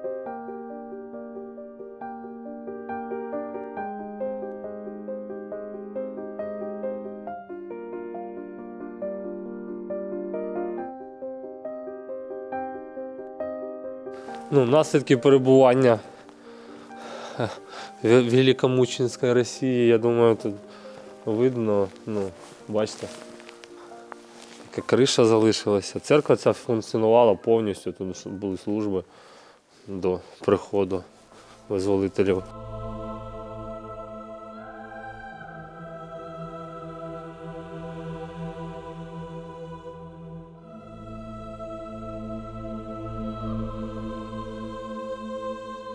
Я звертаю увагу на великі там деталі, і коли ми сюди йшли, я побачив, що вже дві жінки проходять повз, церква розвалена, і вони все одно моляться. Тому місце, там віра, не віра, але саме якесь біомагнітне поле тут воно дійсно працює. Тим паче, що ця церква дійсно старовинна, вона не просто там побудувалася, аби побудуватися. Катували людей в церкві, росіяни ж такі, типу, сильно набожні. Говорять про церкву, віру, от як в них це все поєднується. Ви для себе це можете зрозуміти? Православна віра – це просто якась зброя в руках Путіна, не більше в Росії. Можна ж було будь-яке інше місце знайти, якщо так, якщо у вас такі наміри були, але не церкву. Вас звільнили, і ви зараз, так розумію, допомагаєте звільняти інших людей завдяки вам. Якась частина людей на свободі? Якась частина так, але до обміни вже все. Якось призупинилися, вдалося 10 людей. Навіть, можливо, навіть більше, ніж 12, можливо, людей за цей час, яких я не називав. Так, по збігу обставин вони все-таки вийшли, їхні сім'ї їх змогли знайти. А можна розказати, як вдалося, якщо це якось допоможе іншим, в принципі? Я коли по виходу, я, по-перше, спецслужбам усім розповів, що саме в цій тюрмі, саме в цій камері, саме ця людина, фамілія, ім'я і такий там підрозділ я там чув, і вони були саме в цьому місці. І якось на наступний обмін, хоп, і ця частина людей виходить. На кому я робив акцент, що вони дуже тяжкі, цих людей ще зовсім не обміняли жодного. і по морпіхах. Якби їх там не вважали там, зрадниками, ну, вони дійсно герої, і ніхто до них там не відноситься, до якісь там, що вони там здалися в полон там, добровільно чи ні. Їх там просто ламають. І зараз, як ми вже бачимо, їх засуджують на 25 років на пожиттєве. Ви сказали, що змогли вирахувати багатьох ваших котів. Якщо ви з ними рано чи пізно зустрінетеся, думаю, все одно. Яка буде ця зустріч, що ви хотіли їм сказати, зробити? Ну, я, чесно кажучи, не вірю, що ви не думаєте все одно про помсту після такого, що ви пережили. Що я не вірю, думаю про помсту? Ну, я то ще в карцері вже був тієї думки, що психологія, я зрозумів, як вона працює. Рано чи пізно ти до своїх котів якоїсь симпатії. От він тебе б'є, а ти все одно такий думаєш, ну ти ж не такий. Ти ж граєш роль, ну ти ж не такий на самом деле. Тобі ж в тебе все одно якесь звикання відбувається. І нехай мені скажуть, що це не так. Так відбувається, і ти навіть серед котів починаєш виділяти його ліпші сторони. А оцей б'є, ну б'є там по ногам, а цей б'є, так він б'є по затилку, тобі ж цей краще.